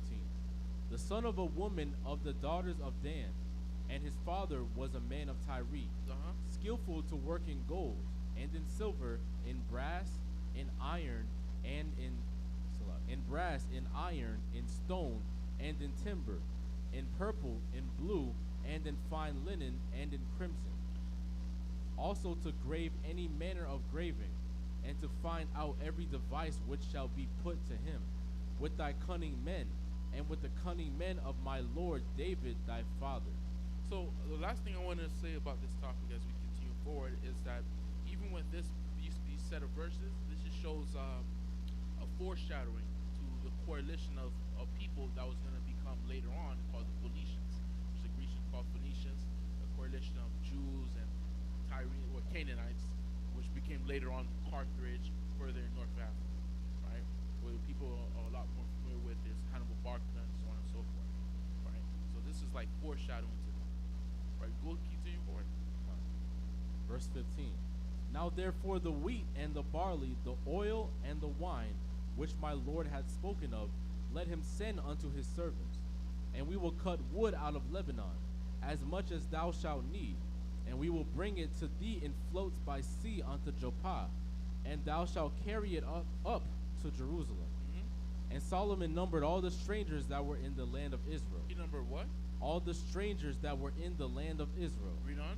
After the numbering wherewith David his father had numbered them, and they were found 150,000 and 3,600. So remember, this is the numbering that David did. Go ahead, Elder. Yeah, right. Egyptologists be acting like they're the only ones that were mathematicians, the only ones who did math. Right. But the thing about this verse is that this is the numbering that David did. The numbering that David did wasn't of heathens; it was of the children of Israel, right? So it's cutting down to a very specific group of the children of Israel, which were the strangers amongst them. A lot of times we see strangers there. Officer Bunnicott, pull up the blue letter Bible and put it on the screen. A lot of times when we see strangers in the scriptures, a lot of times we refer that it's automatically talking about heathens. It's not always talking about heathens. In every context, it's not. I'm going to show you the two type of Hebrew words that's usually used for strangers, one that's applying to us as people, as the Israelites, and one that's applying to the heathens, right?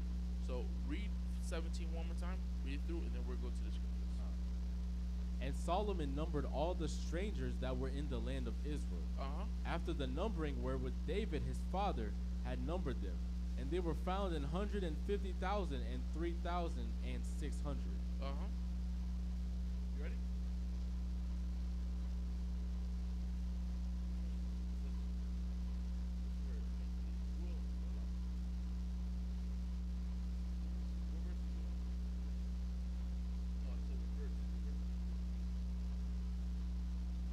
Use 2 and 17? Okay, go ahead.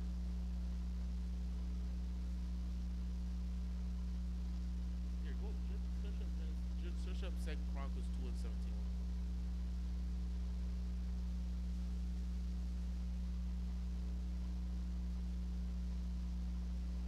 Let's go down to strangers. Go down. Let me see if I can do that. Here, read 17 one more time. And Solomon numbered all the strangers that were in the land of Israel, after the numbering wherewith David his father had numbered them, and they were found 150,000 and 3,600. All right, go back to it because I'm seeing the word that's used there on my phone. Go ahead. Go back to the listing. It's right there. Press the one. Press this.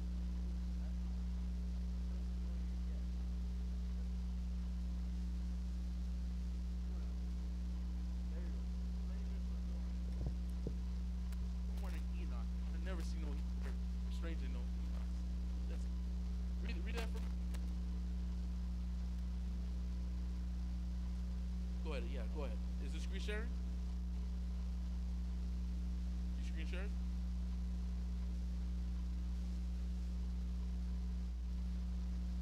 Ready? Go ahead. Yeah, go ahead. Stranger, sojourner, a temporary inhabitant, a newcomer lacking inherited rights, of foreigners in Israel, though conceded rights. Uh-huh. And what the Hebrew word that's used there is the word gar, right? Read on, scroll down. Right here. Read this definition right here. Sojourner, temporary dweller, newcomer, no inherited rights. So this Hebrew word right here, this is the Hebrew word that's usually used for the children of Israel, right? So now go to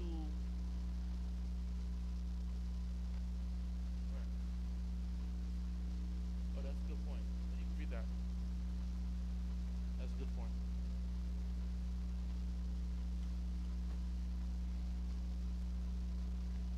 Opposed to homeborn. Right, so that's another outline definition for that word gar, that Hebrew word, opposed to homeborn. So give me Leviticus chapter 25, verse 35. You get it right here in the blue letter. Give me Leviticus 25 and 35. If you scroll it down, you probably will see it. Yeah. Leviticus 25, 35. There you go. You just leave it there like that for a second. Let me know when you get there. The book of Leviticus, chapter 25, verse 35. Uh-huh. And if thy brother be waxen poor. So the context of this verse is what? This is the same word that's being used from 2 Chronicles chapter 2, verse 17, and it's being used again in Leviticus 25 and 35. It says what? Read it one more time. And if thy brother be waxen poor. That what? And if thy brother be waxen poor. Now, I don't have to pull up the Bible dictionary where it says, what's your brother? Who's your brother? Your brother is an Israelite, right? And fallen in decay with thee, then thou shalt relieve him. Yea, though he be a stranger. Though he be what? Though he be a stranger. Though he be a stranger, read on. Or a sojourner. Uh-huh. That he may live with thee. That he may live with thee. So now we see the same Hebrew word that's being used in 2 Chronicles is being used in Leviticus 25 and 35. This is stranger applying to us. So when Solomon was saying that I'm taking all these strangers and I'm making them what? I'm numbering all the strangers that were in the land of Israel after the number where David, his father, had numbered them. And they were found 150,000 and 3,600. Now we're going to see this same word stranger being applied for the heathens. Give me Isaiah. Officer Bunnicott, give me Isaiah chapter 66. Isaiah chapter 60, verse 16. I'm correct. No, it's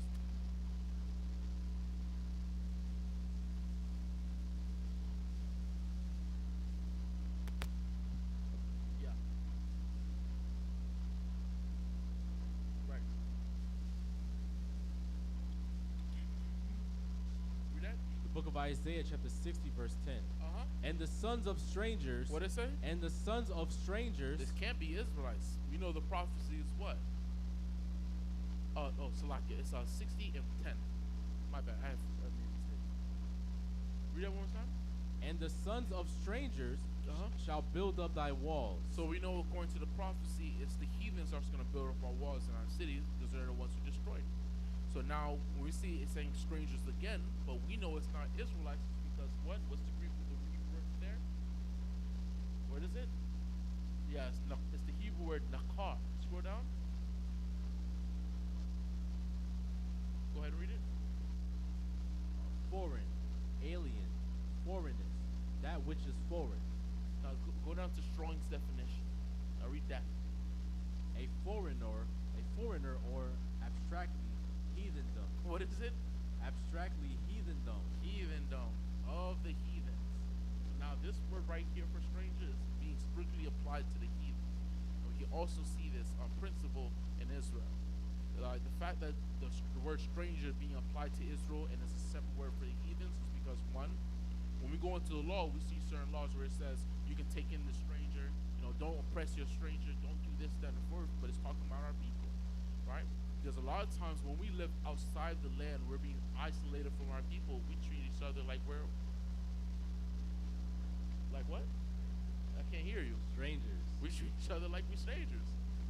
As a Levite myself, as a Haitian brother, I know that even more because a lot of times when you wasn't born in Haiti or you were born here and you don't speak Creole, you're anything but Haitian, right? So that's where a lot of times we have those laws. Go ahead, Elder. You have something to say.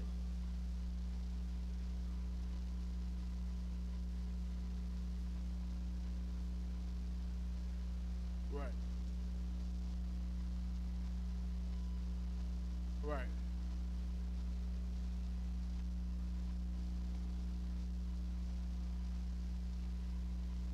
Right, exactly. It's crazy. We use these terminologies today. We use these same analogies even today. Right. So, you had something to say? Comment. Have Officer Bonner, yes, Mike. Sometimes with the additional notion of hostility. Right. Right. So we can go back. Let's go back to the 2nd Chronicles chapter 2, verse 17. The reason why I wanted to break this down is because in the next verse, the one Solomon said he did with these strangers. 2nd Chronicles chapter 2 and verse 17. And Solomon numbered all the strangers that were in the land of Israel, after the numbering wherewith David his father had numbered them.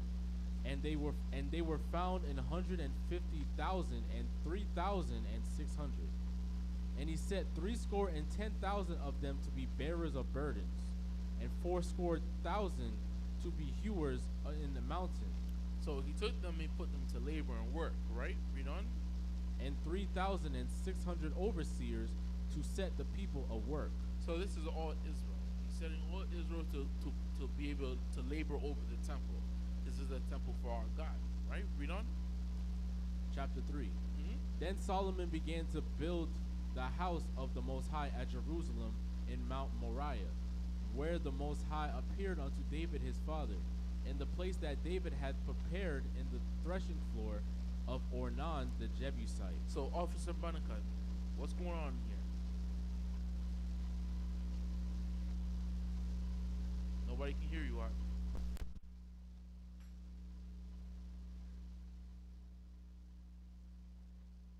Read that verse for one more time for Officer Banakat. 2nd Chronicles chapter 3 verse 1. Uh-huh. Then Solomon began to build the house of the Most High at Jerusalem in Mount Moriah, where the Most High appeared unto David his father, in the place that David had prepared in the threshing floor of Ornan the Jebusite. So, Officer Banakat, refresh us. What's going on here? Nobody can hear you. Nobody still can't hear you.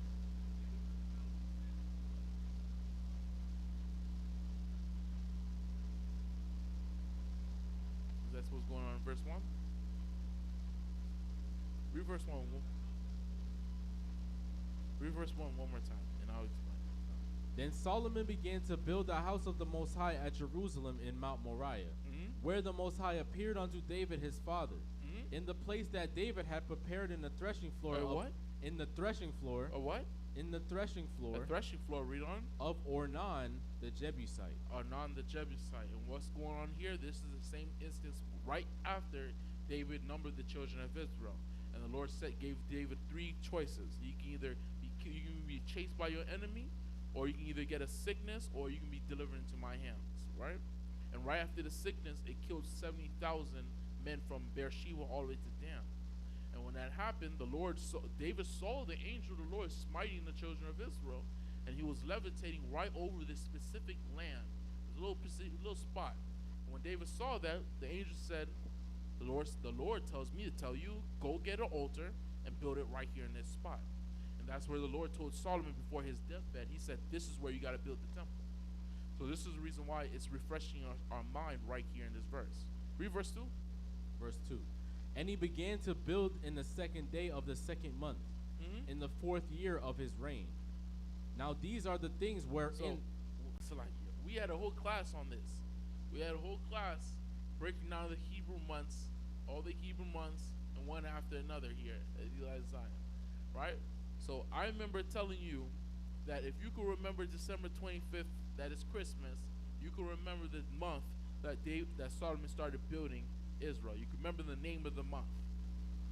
Now I'm gonna ask my partner right here, Officer Muslim War. What's the name of the month? I don't. Are you a wise man? Officer Bunnicud.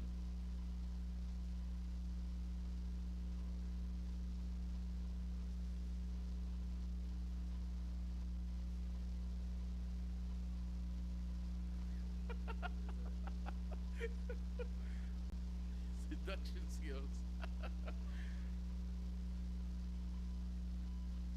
You know, I obviously can't ask you, Elder, because you already got all the answers.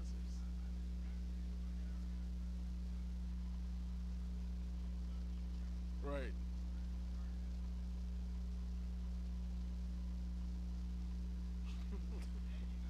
He's going off. All right, all right. All right. I remember that class. He was taking down so many notes. He was asking all these questions. He was sitting. I think he was sitting like a few seats behind you, asking all those questions during that class. Here, give me let's get it. Give me the book of 1 Kings chapter 6 verse 37.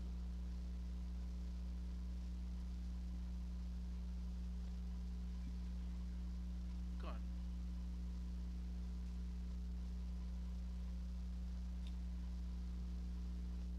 Listen, Israel, remember to like the video. Help us push these videos out so that more people, it will be easier for people to search these videos out. We done? The book of 1 Kings chapter 6 verse 37. Uh-huh. In the 4th year was the foundation of the house of the Most High laid. So 4 years into King Solomon's rulership, what happened? In the month Ziph.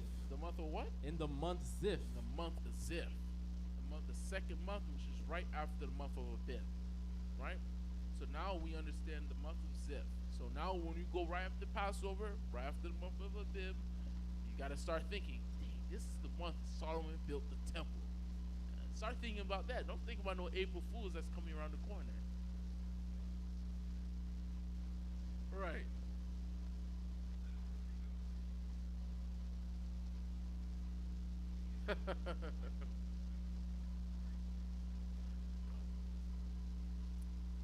Here, go ahead. Give me Second Chronicles chapter 3 verse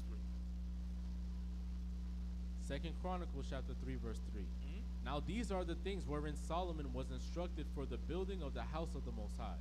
The length by cubits after the first measure was 80 cubits, and the breadth 20 cubits. And the porch that was in the front of the house, the length of it was according to the breadth of the house, 20 cubits, and the height was 120. And he overlaid it with pure gold. And he overlaid it within with pure gold. And the greater house was sealed with fir tree, which he overlaid with fine gold, and set thereon palm trees and chains. And he garnished the house with precious stones for beauty, and the gold was gold of Parvaim. He overlaid also the house, the beams,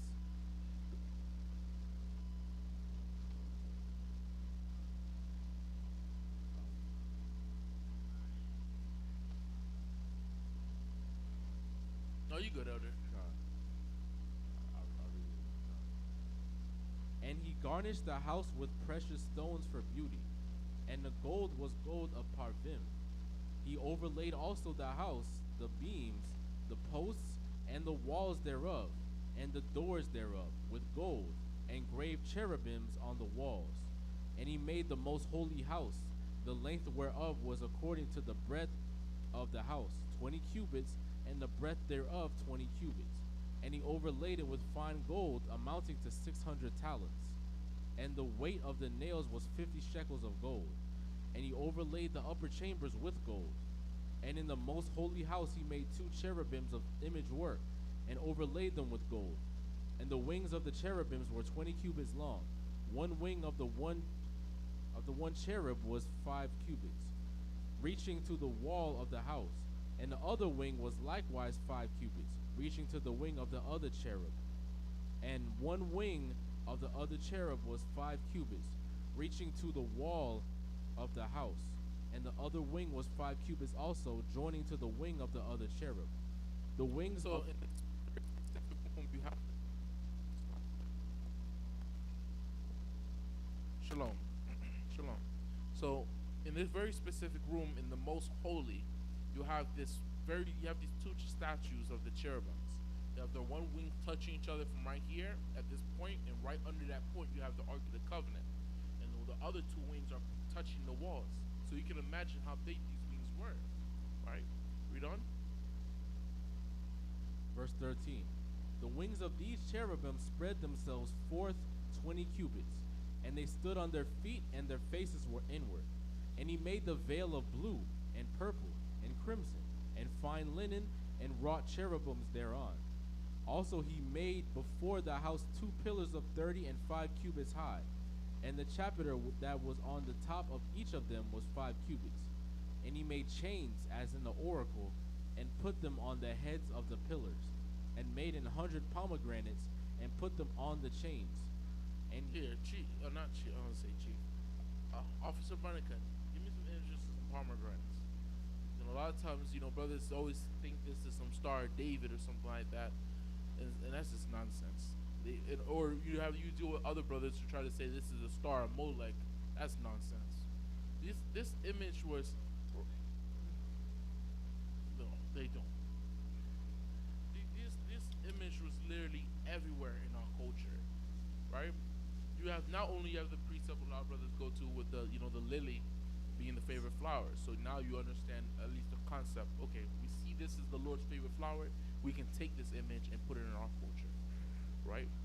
But we can get now. We have physical examples, right? Find me a good picture of its step.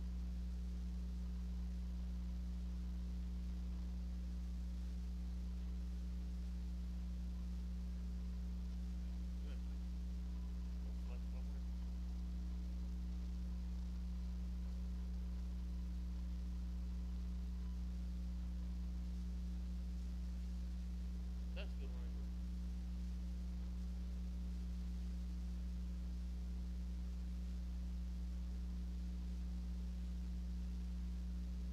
You can share the screen. So, as we were saying before, yeah, so this image was everywhere in our culture. I remember when a brother was mentioning how over there in Ghana, there was a brother, it was Elder Mathathwad. He said he was dealing with these brothers over there in Ghana, and they were talking about how when they saw him wearing this, they were saying that was a lily. They had this same image made from ivory on wooden bean necklaces, and they were saying, yeah, that's a lily. That's a lily. Because when we see outside of America, when we leave outside of all this religion, all this nonsense, it's just simple as that, right? So it's a simple image that's in our culture. We see that these things this depiction was used in our temple. It was used in the high priest's garments because the bottom of the garments had the what? The pomegranates with the bells, right? So this image was everywhere, right? And we're gonna see more of this. But go ahead, you can drop it now. Oh, come on, Slakia. Go ahead. Go ahead.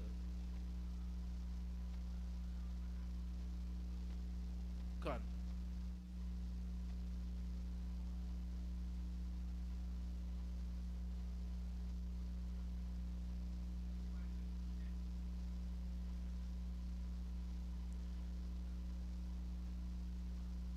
Right. Why you got to start more like you want, brother? Brothers are off. Yeah, you took it. Yo, let's get a piece of one, man. Give me a Wisdom of Solomon. But Officer Punica, are we still on the screen or the share screen? Oh, you can take this off. You can put the thing on. Huh? It's like it. Come on, you can get it for you. Officer Punica, you can get it. You sure? Alright, no problem.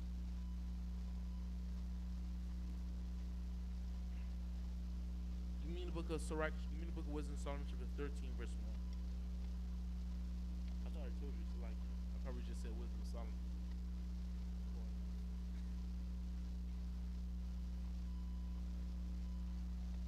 Officer, put the YouTube back up there.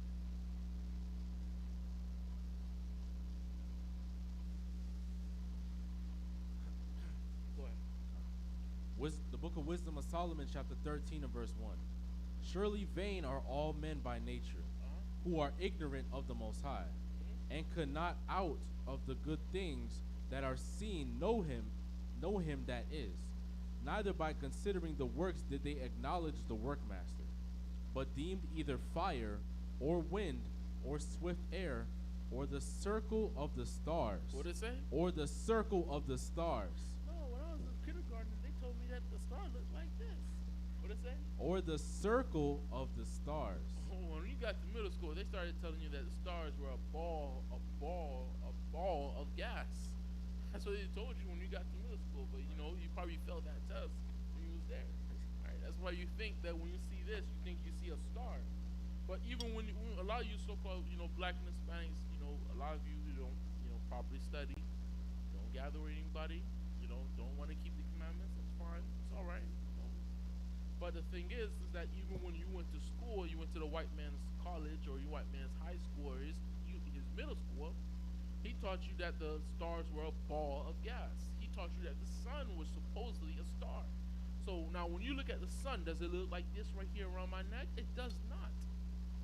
So a lot of you Negroes, you're out of your mind, right? So let's go back. Second Chronicles.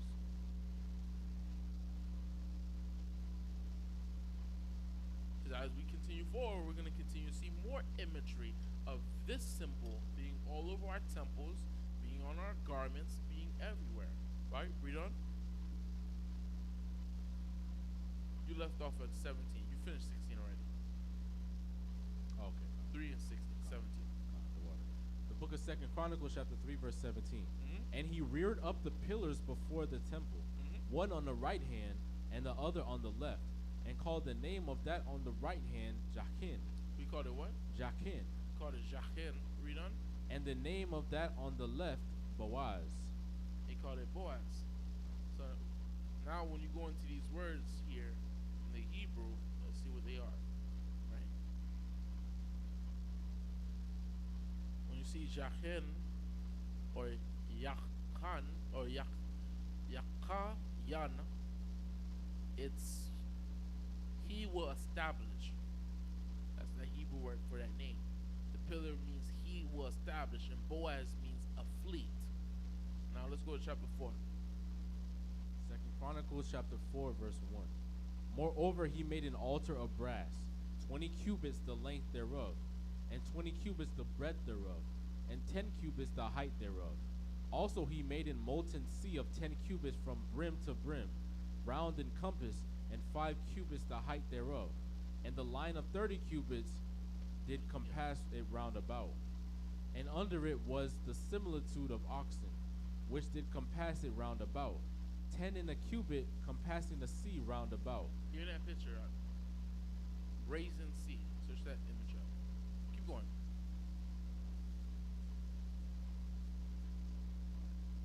I'll read verse 3. And under it was the similitude of oxen, which did compass it round about. 10 in a cubit compassing the sea round about. 2 rows of oxen were cast when it was cast. It stood up 12 oxen, 3 looking toward the north, and 3 looking toward the west, and 3 looking toward the south, and 3 looking toward the east. And the sea was set above upon them, and all their hinder parts were inward. And the thickness of it was in handbreadth, and the brim of it like the work of the brim of a cup, with flowers of lilies. And it received and held 3,000 bats. He made also 10 lavers, and put 5 on the right hand and 5 on the left to wash in them.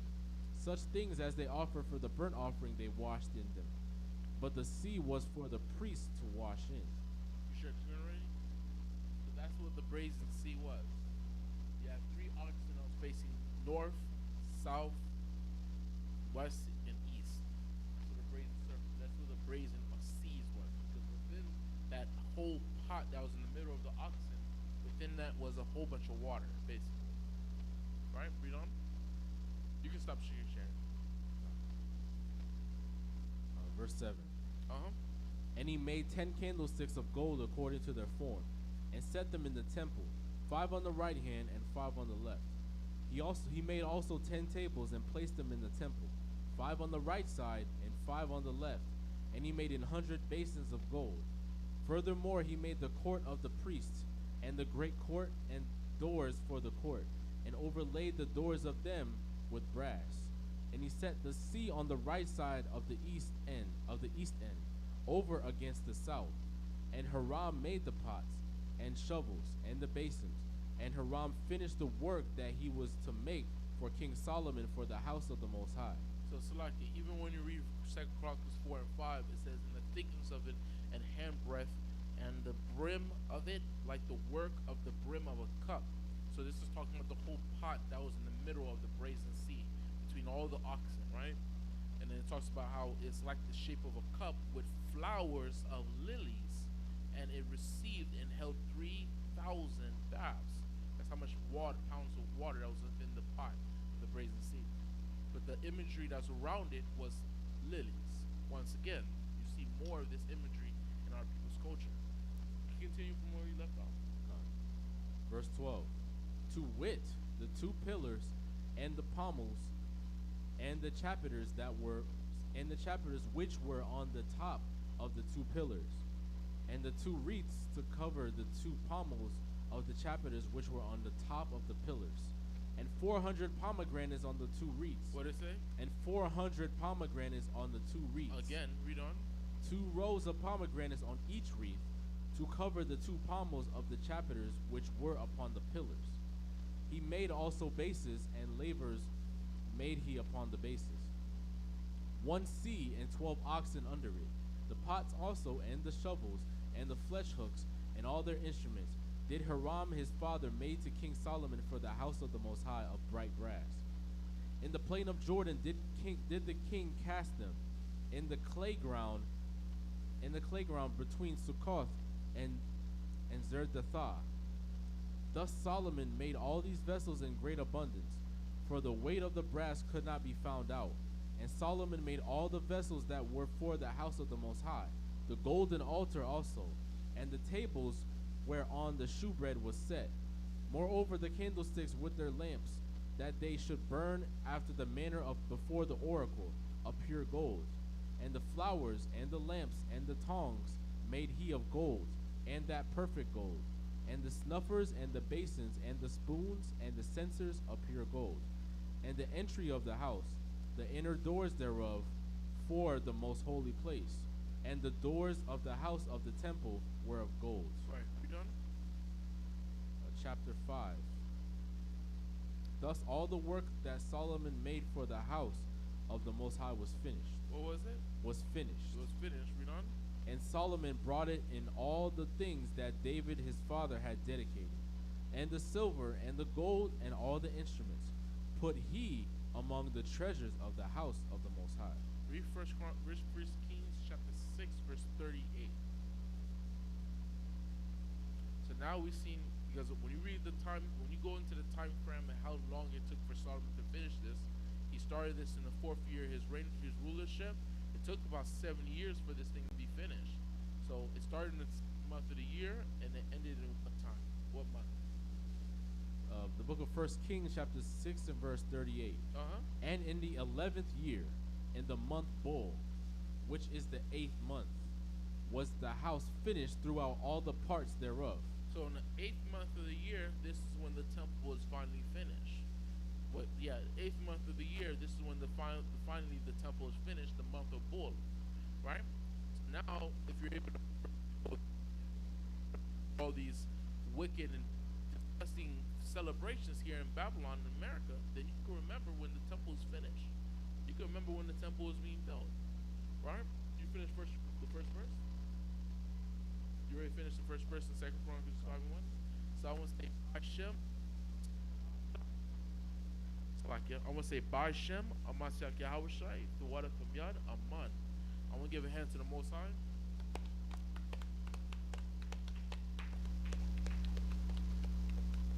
So this was a powerful class. We were able to go into the beginnings of the constructions of the temple by Solomon. All the times we were reading the previous verses, we were reading all the preparations David was doing, but ultimately David could never start the construction of the temple. We had to wait until Solomon. Now we finally got to see it, the beauty of the house of the Lord, right? So I want to be able to say a few things. I know tomorrow at 11:30 we're going to have a Hebrew class, It's going to be taught by one of our beloved brothers, our brothers Judah, right? And beside that, at 12 p.m. tomorrow, we're going to have the Shabbat service. So I recommend all brothers and sisters, if you're a fervent lover of the truth, a fervent lover of the law of the Most High, come tomorrow at 12 p.m. to keep the Shabbat service with the Light of Zion, located at 2937 West Bar Boulevard. On Sundays we have we also have a Life and Death radio class that's late night around 8:30 going on to 10 o'clock. Right. Also on Tuesdays we have the Bring It Out show that's usually led by our chief minister Solomon of the tribe of Benjamin, and also our priest Amawan, right? And on Wednesday we have another class, which is the Wednesday Wisdom class, led by one of our powerful captains, Captain Shamshwan of the tribe of Judah, right? And on Thursdays we have a nice powerful class, which is the soldier class. For a lot of brothers, you see the videos and maybe something in you, maybe something is about you. You want to actually do something for the Most High, because guess what? You don't have to be teaching the truth. You don't have to be reading and join the camp to do the work of the Heavenly Father. It's just not the truth. But maybe something about you, something very specific about you, that you want to stand up and fight for your people and stand out in the streets. And we commemorate that, but you have to get into class. That class is on a Thursday night. Usually it's led by one of our elders, Elder Palapawaz. If Elder Palapawaz is not there, our captain Samar, is going to lead the class. And you already know, Friday nights is led by Captain Manatizak, Yakazak Walaha Manatizak. So I want to say all praise to Israel. We're going to stand and face the east and set up this prayer.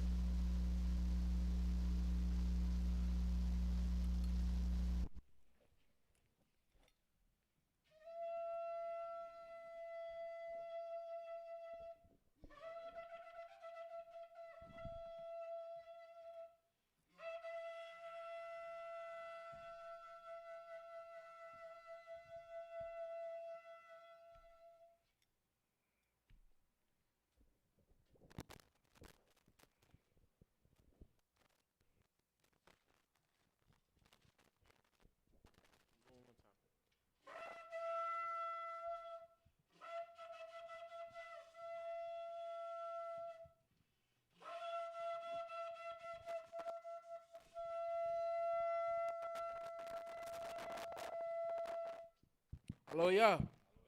Hallelujah. Hallelujah. Who's the power? Yahweh's the power. Who's the power? Yahweh's the power. Ba'ashem? Yahweh Shai. Ba'ashem? Yahweh Shai. Psalm 133 in the Lashon Kodash, repeat the Hebrew. Shayar. Shayar. Hama'alwa. Hama'awa. Ladawad. Ladawad. Hanam. Ana. Ma. Tawab. Tuwab. Wama. Wama. Nayam. Nayam. Shabath. Shabath. Akyam. Akyam. Gum. Gum. Yachad. Yachad. Kashaman. Kashaman. Hatawab. Atuwab. Al. Ayo. Hara'ash. Hara'ash. Yorad. Yorad. Al. Ayo. Hazakwan. Azakwan. Zakwan. Zakwan. Aharan. Aharan. Shayarad. Shayarai. Al. Ayo. Paya. Paya. Marewafyawa. Marawathiwa. Kato. Kato. Kawamran. Karamwan. Shayarad. Shayarad. Al. Ayo. Hawariya. Hallelujah. Taziyawan. Taziyawan. Kaya. Kaya. Sham. Sham. Tazawa. Tazawa. Yahweh. Yahweh. Af. Af. Harakah. Abarakad. Kayam. Kayayam. Ain. Aid. Iwam. Iwalam. Bahasham. Amasiyak. Mashiach. Yahushai. Yahushai. Thawada. The water. From Yad. From Yad. Aman. Aman. Read it in English. The book of Psalms, chapter 133. Behold, how good and how pleasant it is for brethren to dwell together in unity. It is like the precious ointment upon the head that ran down upon the beard, even Aaron's beard, that went down to the skirts of his garments, as the dew of Hermon, and as the dew that descended upon the mountains of Zion. For there Yahweh commanded the blessing, even life forevermore. Bahashim Mashiach Yahushai, the water from Yad. Aman. Aman. Give the hand to Yahweh. So I want to say Shalom Israel. It's Captain Manatizak of the Light of Zion, and also with me, Officer Mazamwar. Shalom. Shalom.